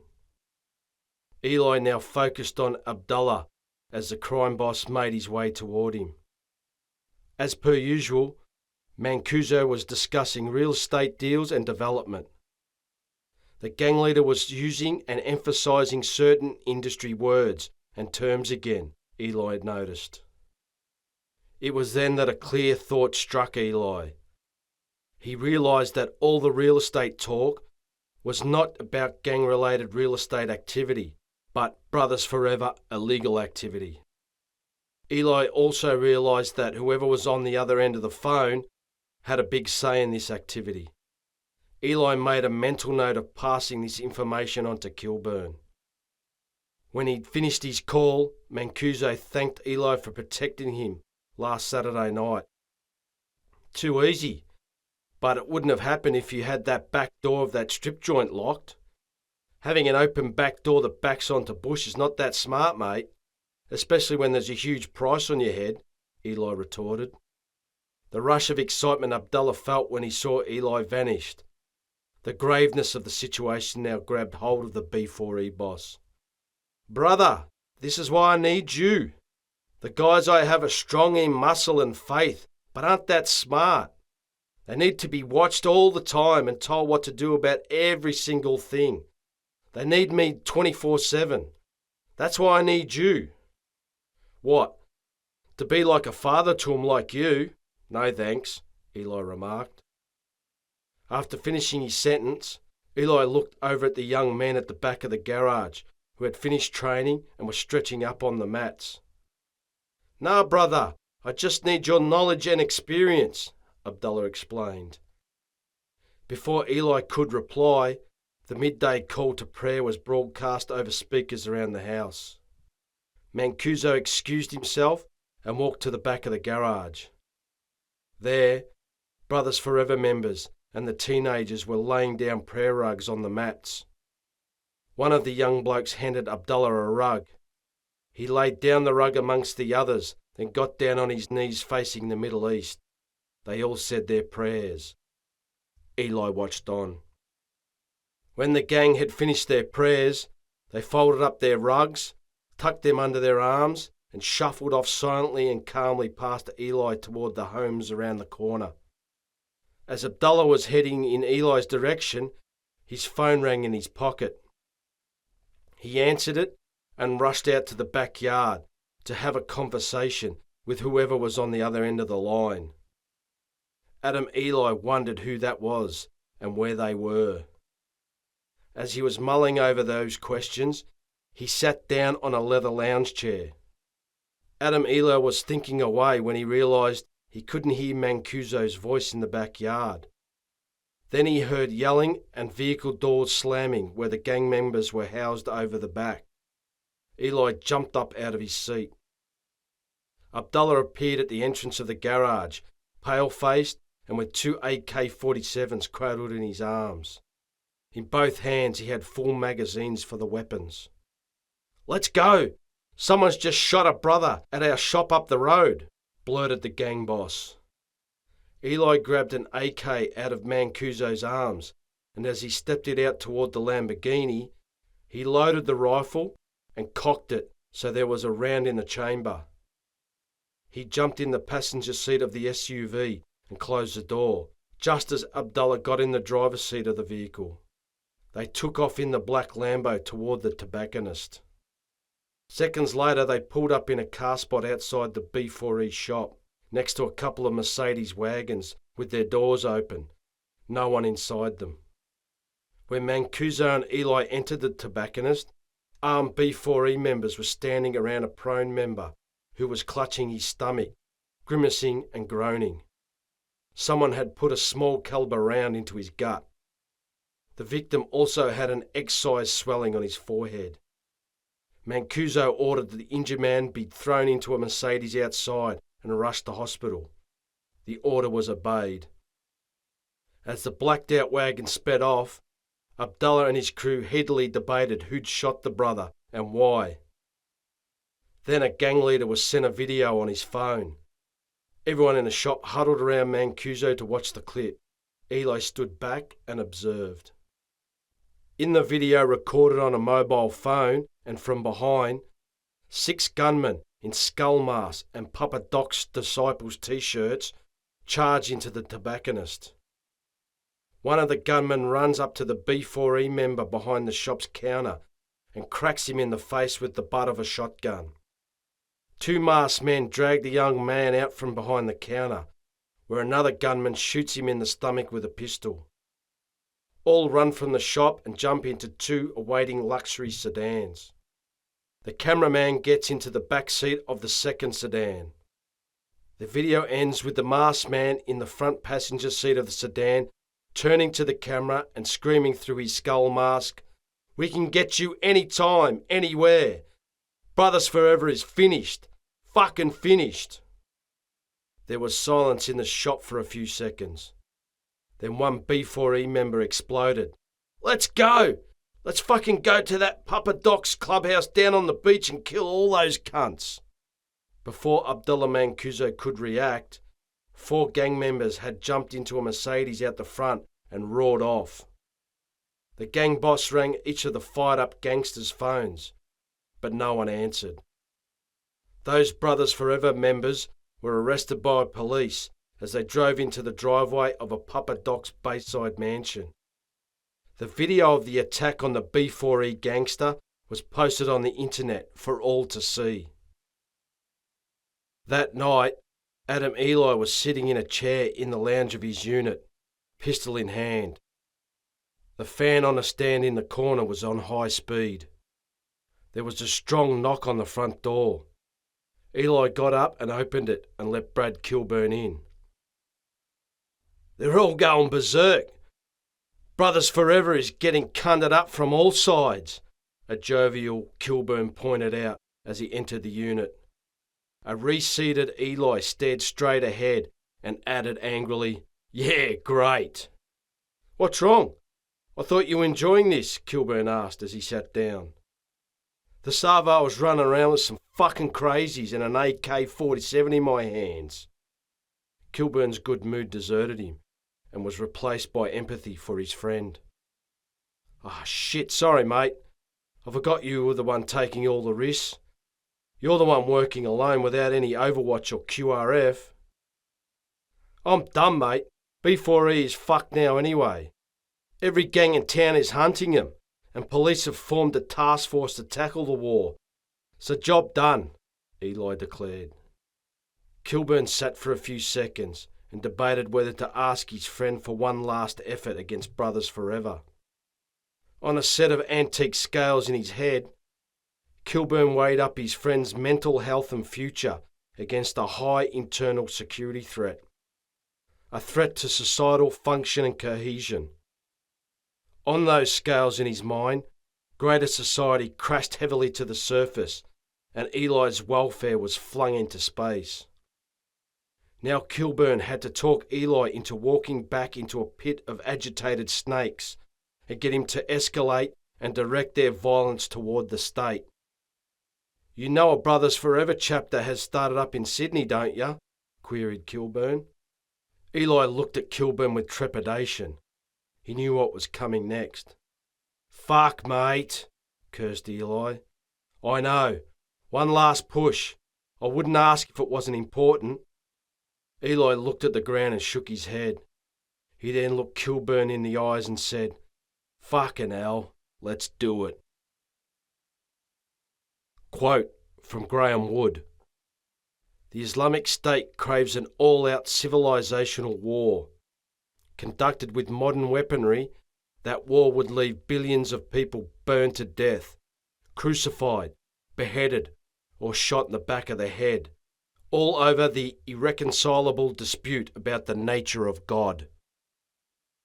There wasn't a lot of time for Adam Eli to think about the consequences of continuing his infiltration of B4E. The following morning, he was at a crisis meeting in Abdullah's garage.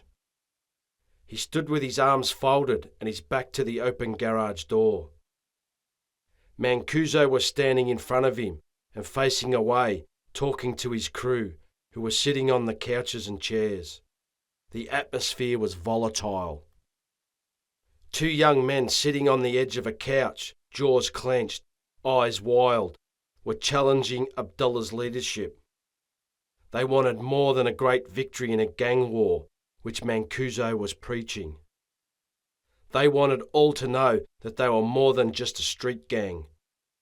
One of the two seething men stood up and barked, "We need to act.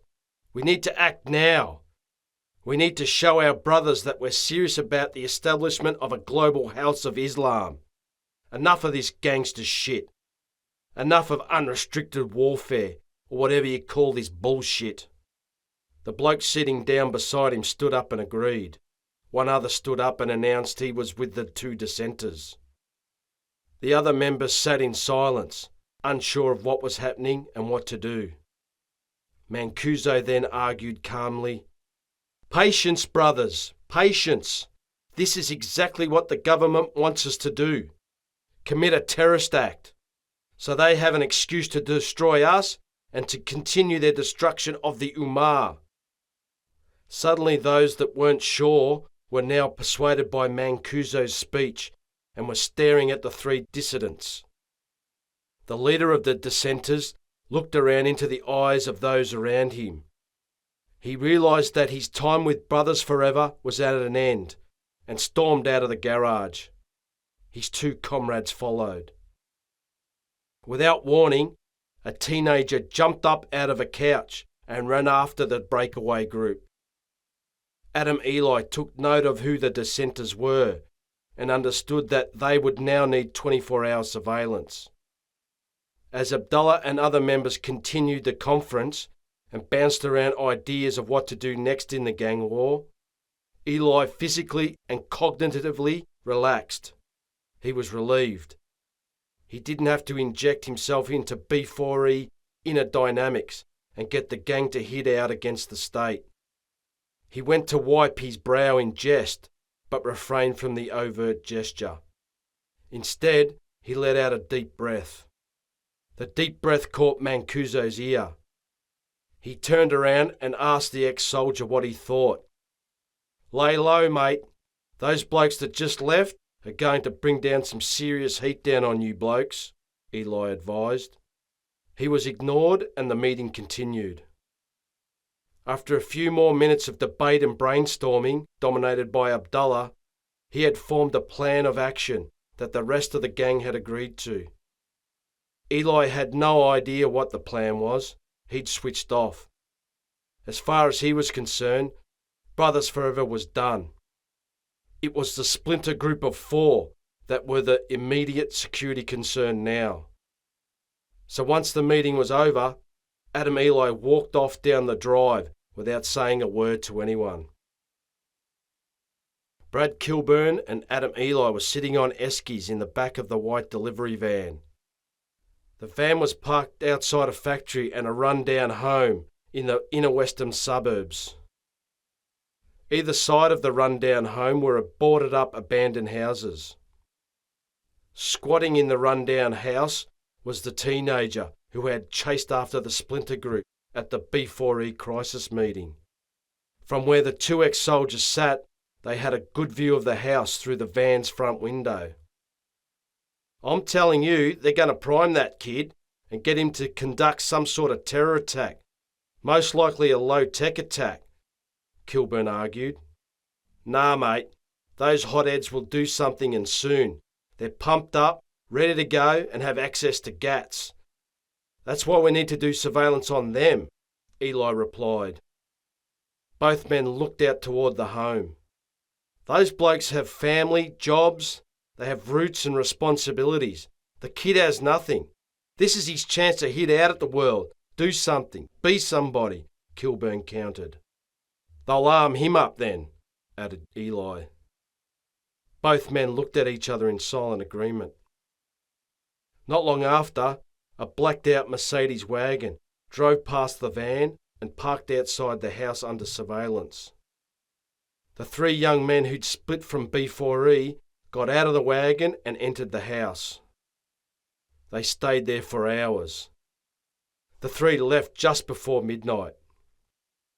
Eli and Kilburn rolled out their sleeping gear in the back of the van.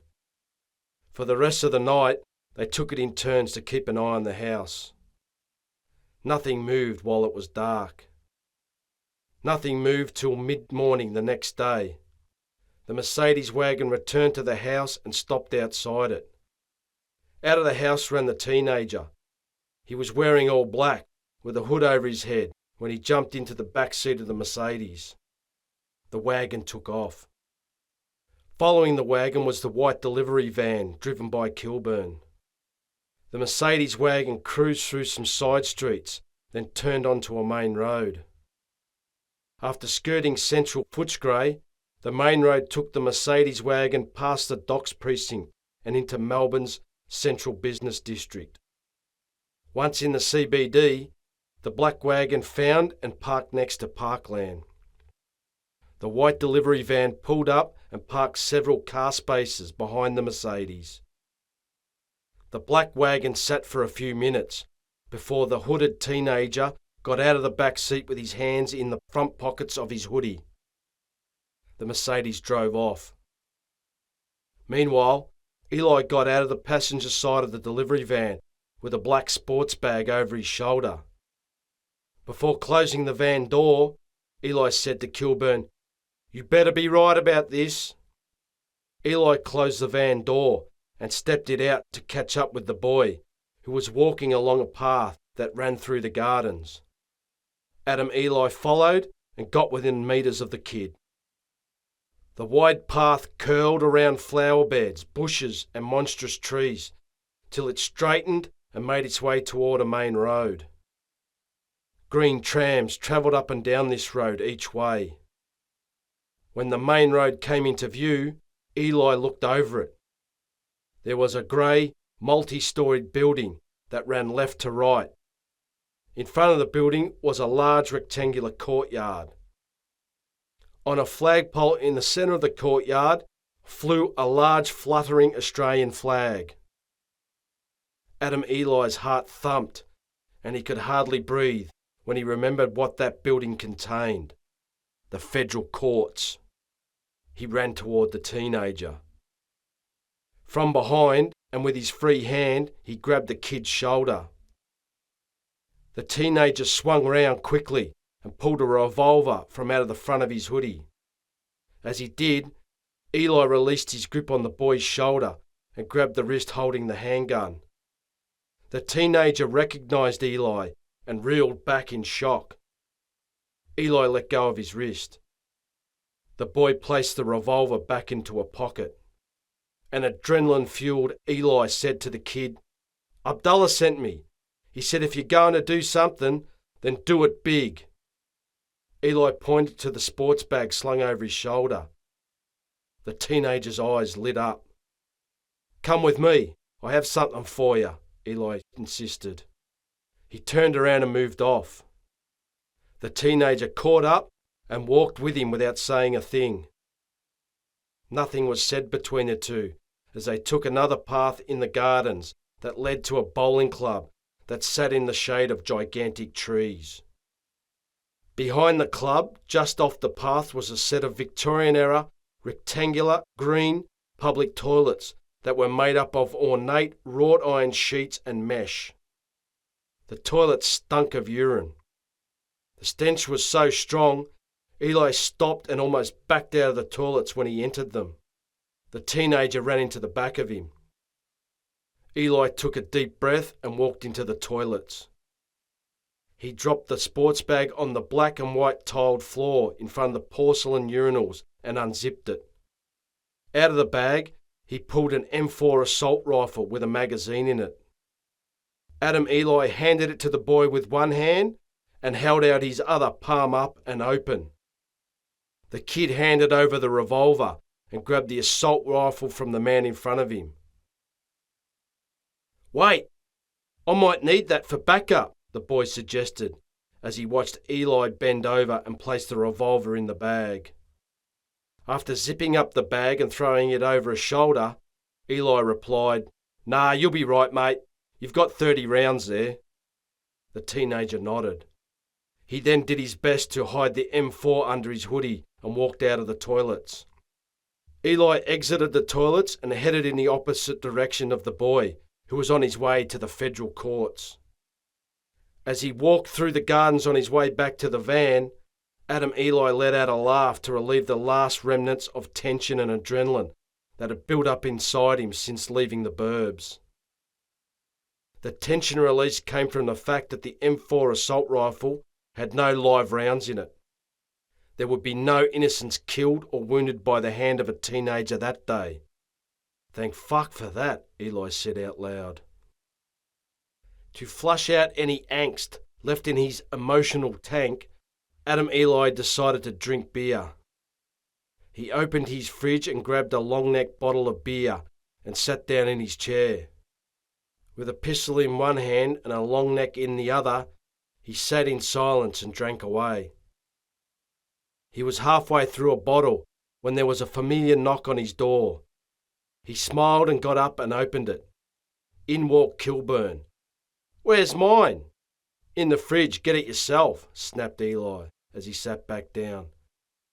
Kilburn grabbed a long neck out of the fridge and popped off its top on the edge of the kitchen bench and sculled down some icy cold beer. He held up the bottle of beer. "Cheers, mate. Cheers to a job well done." Eli held up his beer and they both drank. Kilburn then sat down in a chair. The fan on a stand was on in the corner behind him. "Seen the news?" Eli inquired. "Yep, sure have. Brothers Forever is no more. Police picked up Abdullah at his house this morning. A kid running around with an M4 was his last straw." "Yeah, the kid brought the whole country down on. That was part of the plan, right?" "That's right, that was a coup de grace, my friend. They were never going to survive the full weight of the state coming down on them. A gang war maybe, but not the federal state," Kilburn explained. "Yeah, I get it," Eli said, before taking another swig of beer. As he thought some more about B4E, Eli wondered about Abdullah's mate on the other end of the phone, the individual Mancuso was always discussing gang activities with, in code. So what about the bloke in prison who groomed Abdullah and had him doing his dirty work out on the streets? Asked Eli. Well, for a start, Abdullah was no innocent victim of an evil mastermind. He was seeking something, and someone was offering something. He was no helpless muppet. But to answer your question, the bloke who injected him with Gucci guerrilla jihadism in prison was just a conduit. What? Really? Eli remarked. I got someone to pinpoint the location of the person on the other end of those calls, Kilburn stated. And the location of the caller was not in a Victorian prison as we first thought. Where then? Adam Eli inquired. Cambodia. Fuck! Who's going to sort that out? Me, Kilburn declared. Quote from Francis Ford Coppola. We were in the jungle. There were too many of us. We had access to too much money, too much equipment, and little by little we went insane. As he sat alone at one of the many vacant white wooden tables under the roof of the Kep Yacht Club, Kilburn looked out at the light grey sky and sea. His mind was far from his mission and the situation that had brought him there. Instead, he was imagining what the scene was like at the yacht club in the late 1960s, when Cambodian and French elites partied there. The wooden pier running straight out into the Gulf of Thailand and finish under a falling sun would have had young, vivacious, fashionable types smoking and sipping on cocktails on it every night, late into the night, he envisioned. He looked around at the empty restaurant and saw the same ghosts devouring fresh seafood and rich desserts, drinking down champagne and the finest wines and spirits. Kilburn then shifted his imagination to the mid-century modernist design holiday homes, hotels and resorts in the Kep area, where these high-rolling ghosts indulged in great decadency. As the sun set and a light cool breeze drifted in off the sea, Kilburn flicked his mind forward in time to the uncontrollable force that destroyed this sumptuous scene and the country of Cambodia. That force was the genocidal Khmer Rouge, a far-left militant revitalisation movement of the 1970s. That was back then. Switch on, Kilburn scolded himself. The now in which Kilburn was referring to is today's Kep, the quiet town situated on Cambodia's southern coast and close to the border with Vietnam and visited by locals and out-of-the-way travellers. The French Riviera of Southeast Asia no longer existed. The mid-century buildings of Kep were now abandoned, gutted and covered in scrub. For Kilburn, somewhere amongst the scrub and these concrete and brick monuments to a lavish past is where the phone calls to Abdullah Mancuso, the leader of Brothers Forever, originated from. First thing in the morning, he would be on a push bike, scouring the area, in the hope of finding who or what was responsible for Brothers Forever. Kilburn picked up the glass in front of him that contained a Mai Tai and drank it down. He paid his bill and walked back to his hotel, which also overlooked the sea and was over the road of the yacht club. The sun had set when he entered it through the room's large glass sliding door. In the room, he slept till morning. It was already humid and hot when Kilburn exited his hotel room, wearing a black cap and sport shorts and a white t-shirt. His black backpack was on his back. Leaning up against the wall around the corner from his room was a black mountain bike. He jumped on the bike and rode off toward a main road that hugged the coastline. Not long after riding along the main road, on his left, he passed by the remnants of a double-storied French colonial mansion encircled by tall palms and lush green lawns. Inside this mansion were works by famous street artists that could be seen from the road. On Kilburn's right was the Gulf of Thailand. Once by holiday homes, hotels, shops, and restaurants nestled amongst some steep, thick vegetated hills, Kilburn was riding east along flat country. The sea was still on his right, scrub and fields on his left. When he came across a dusty dirt road on his left that cut through the scrub and fields, Kilburn stopped and stared down it. A couple of kilometres down the road he spied some more thick vegetated hills. Somewhere at the base of those hills was once a pepper plantation. Within the plantation was the remnants of a hotel casino complex, once the place to be when Jack and Jackie Kennedy graced the White House and Marilyn and Brando dominated the silver screen. The hotel casino was once a site of 60s elegance and grandeur, wealth and beauty. Kilburn rode off down the dirt road toward where he believed the hotel casino may be. As he did, a fierce morning sun stung his arms, shoulders and back. His t-shirt was soaked through. As he cruised along the road, he passed by derelict modernist villas. Some sat out in the open, being cooked by the tropical sun. Others were obscured by thick undergrowth and bushes, and saw little light, thanks to lush green trees with low-hanging branches. These villas also had street art adorning their walls. The further he rode, the quieter it became. He could hear dirt being crunched under the bike's tyres. A couple of 100 metres from the hills, Kilburn was physically drained. The sun and heat had zapped him. His body said to stop and drink water. His head told him to ride on. Kilburn put his head down and drove on. The dusty road narrowed and hardened the closer it got to the hills. Potholes grew bigger and wider. Trees and bushes were more of. Cleared areas were smaller. When he reached a T-section, Kilburn rode off the road and stopped in the shade of a tree. From his backpack, he pulled out a clear plastic bottle of water. He smashed down most of the water in the bottle and placed it back in his bag. He was about to move off when he felt like he was going to throw all the water back up. Kilburn let the queasy sensation pass before riding down the road on the right of the T-section. As he rode, he looked on his left for signs of the abandoned plantation, its infrastructure, and the hotel casino. Meanwhile, the road turned into a track. He was about to stop and check the map on his phone when he spotted a motor scooter with a couple of locals on it make their way toward him. That unsettled stomach feeling returned.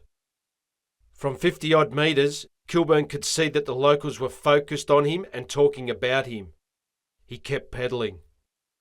The motorbike stopped in the middle of the track. The local riding peon got off the scooter and stood in front of Kilburn's scheduled path and crossed his arms. The locals stared in his direction. The presence of the locals let Kilburn know he was close to what he was searching for. He rode toward the men slowly. When he reached the locals, who were wearing sandals, slacks and long-sleeve shirts, Kilburn stopped. "G'day, fellas. How are we?" The men glared at him. A couple of silent seconds went by before the man on the motorbike asked Kilburn what he was doing in English. "Just going for a ride, checking out the abandoned architecture," Kilburn replied. A couple of seconds went by before the sound of another motor scooter could be heard up ahead. Kilburn looked beyond the local standing in front of him to see a motorbike pop up out of the scrub, up ahead on the left. On this motorbike was a long-bearded foreigner.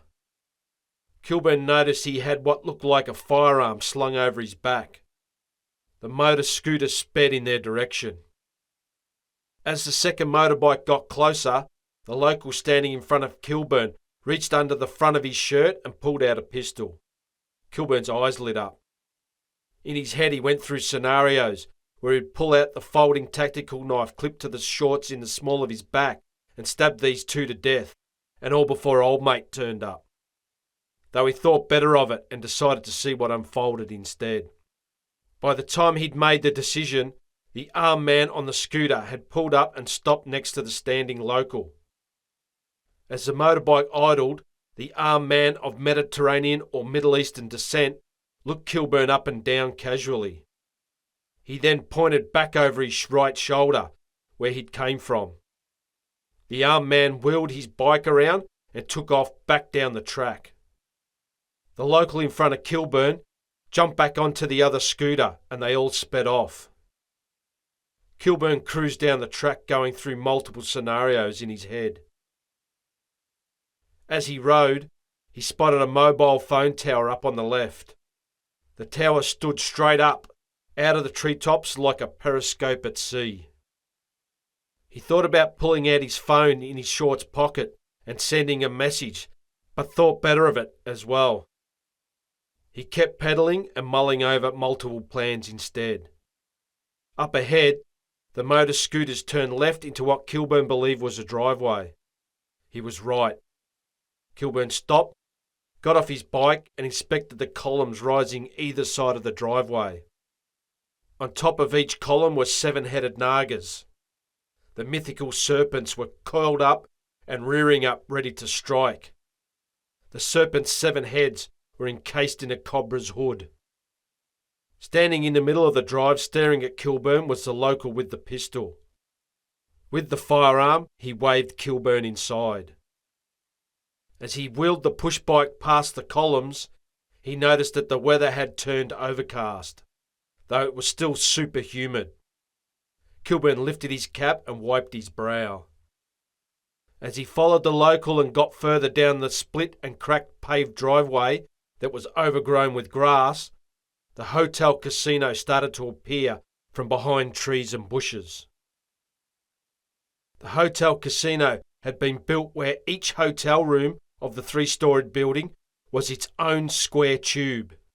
The square tubes were stacked on top and beside each other. Each room was painted either bright yellow or orange, though most of the paint had faded, peeled or given away for brick. Moss, grass and plants covered or grew out of the floors and walls. There were no windows or fixtures in these rooms. Trees monstered the building. Their roots lifted and grew up through the paved area around the building. The entrance and lobby of the hotel casino was also a square tube, but 4 times bigger than the average room. It was in the centre of the building and protruded out toward the front. As he got closer to the entrance, the local with the pistol stopped and turned back to look at Kilburn. The men of different ethnic backgrounds walked out of the entrance and stood on the steps at the entrance. The men were in different states of dress. Some wore camouflage pants with a tracksuit top, or vice versa. Some were bare-chested. A blonde surfer type was cradling an AK-47 in his arms and wore a black headband and loose linen black clothes. Some were armed with assault rifles, others a machete, pistol or bolt-action rifle. They were a mixed militant bunch, Kilburn thought to himself. He also thought that he was not under any threat from them. Kilburn got the feeling the militants knew about him and were expecting him. They said nothing to each other or him. Instead, they studied the visitor.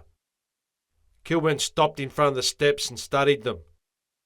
To ease the tension, Kilburn asked, "Where can I get a drink?" The group didn't react. They continued to weigh him up. Then the bearded man from before walked out of the entrance with an AK-47 in one hand and made his way to the top of the steps. "This way, my friend," he said as he turned and went back inside the hotel.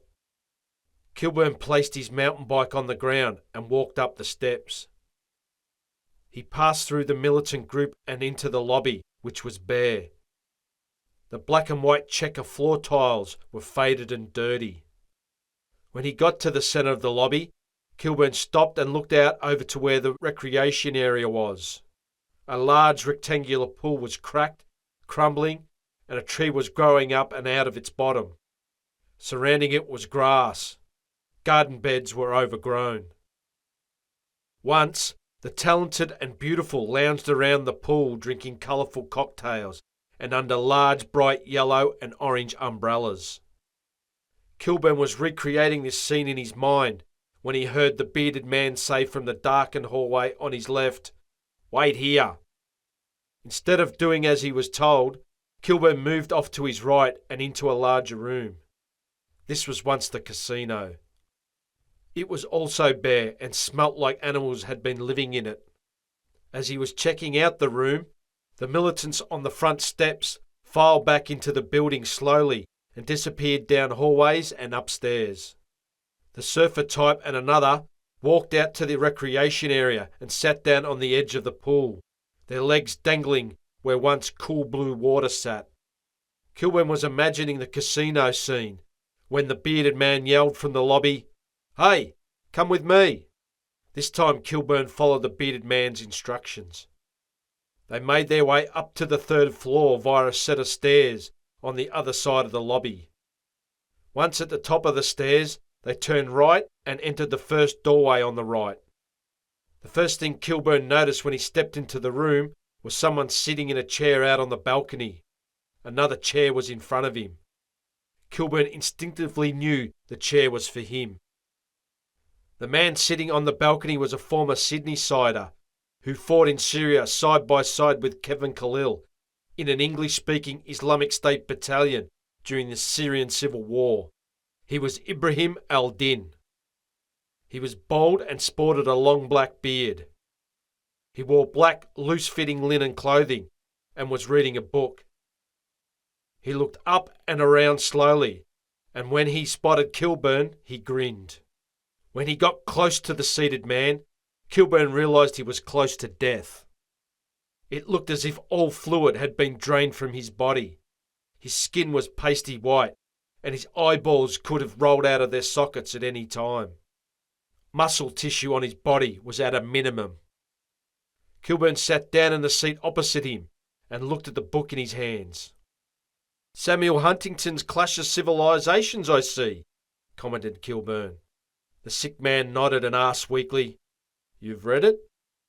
"No, but I'm aware of the argument. That's what's driving you blokes, isn't it? Fighting against McWorld and McDonald's on every corner?" Al-Din went to laugh but coughed instead. When he finished coughing, Kilburn added, "Good luck with that, because you're going to need it." "We'll see. Spirituality and belief will outlast materialism. An empty vessel filled with plastic shiny objects is still an empty vessel," Ibrahim argued. "And that's what you were as a kid, weren't you? An empty vessel? Then you found the jihad, the struggle?" Kilburn inquired. "I was more than empty, brother," Ibrahim said with conviction. "No, you were confused, alone, angry, no direction, no idea, not coping well with rapid change, just like the young blokes you recruit to do your dirty work. We fill them with purpose and honour. We give them a noble life," snapped Ibrahim, before coughing heavily and slumping forward in his chair. "There's no honour in chaos and terror," countered Kilburn. Al-Din straightened back up before saying, "Chaos and terror are the only way to create change in a time of great turmoil." Kilburn heard the buzz of a drone overhead. The presence of the unmanned aerial vehicle let him know that he was running out of time. "So why am I here? To be your confessor?" Ibrahim al-Din coughed again. "You want me to tell your story, especially your end?" Kilburn theorised. "No," Ibrahim replied with fire in his eyes. "I want you to know this is not the end. The long war continues." Kilburn shook his head in disappointment. He couldn't believe he'd come all this way to hear something he already knew, and this realisation drove his response. "You're right. The long war continues, but your end is now, and so is you and Kevin Khalil's grand plans for some sort of social destruction through drug trafficking and gang violence." As he was finishing his sentence, the sound of choppers could be heard behind the hills behind the hotel casino. A combined Thai and Cambodian counter-terrorism task force was seconds away. Ibrahim al-Din looked over the hills, then back at Kilburn. He took a deep, unrestricted breath, the first he had taken in a long time. Al-Din then reached under his black shirt and pulled out a pistol. Kilburn leaned forward and went through a scenario in his head where he disarmed the man in front of him. The black-bearded man placed the muzzle of the pistol under his chin. Kilburn watched Al-Din's trigger finger start to squeeze the handgun's trigger. He leant forward and, as quick as a snake strike, reached out and grabbed Ibrahim's wrist and pushed the pistol out from under the jihadi's chin. Ibrahim tried to rip his wrist out of Kilburn's grip with all the force he could muster without success. The long-bearded man then shot up out of his chair. So did Kilburn. They struggled for control of the weapon using both hands.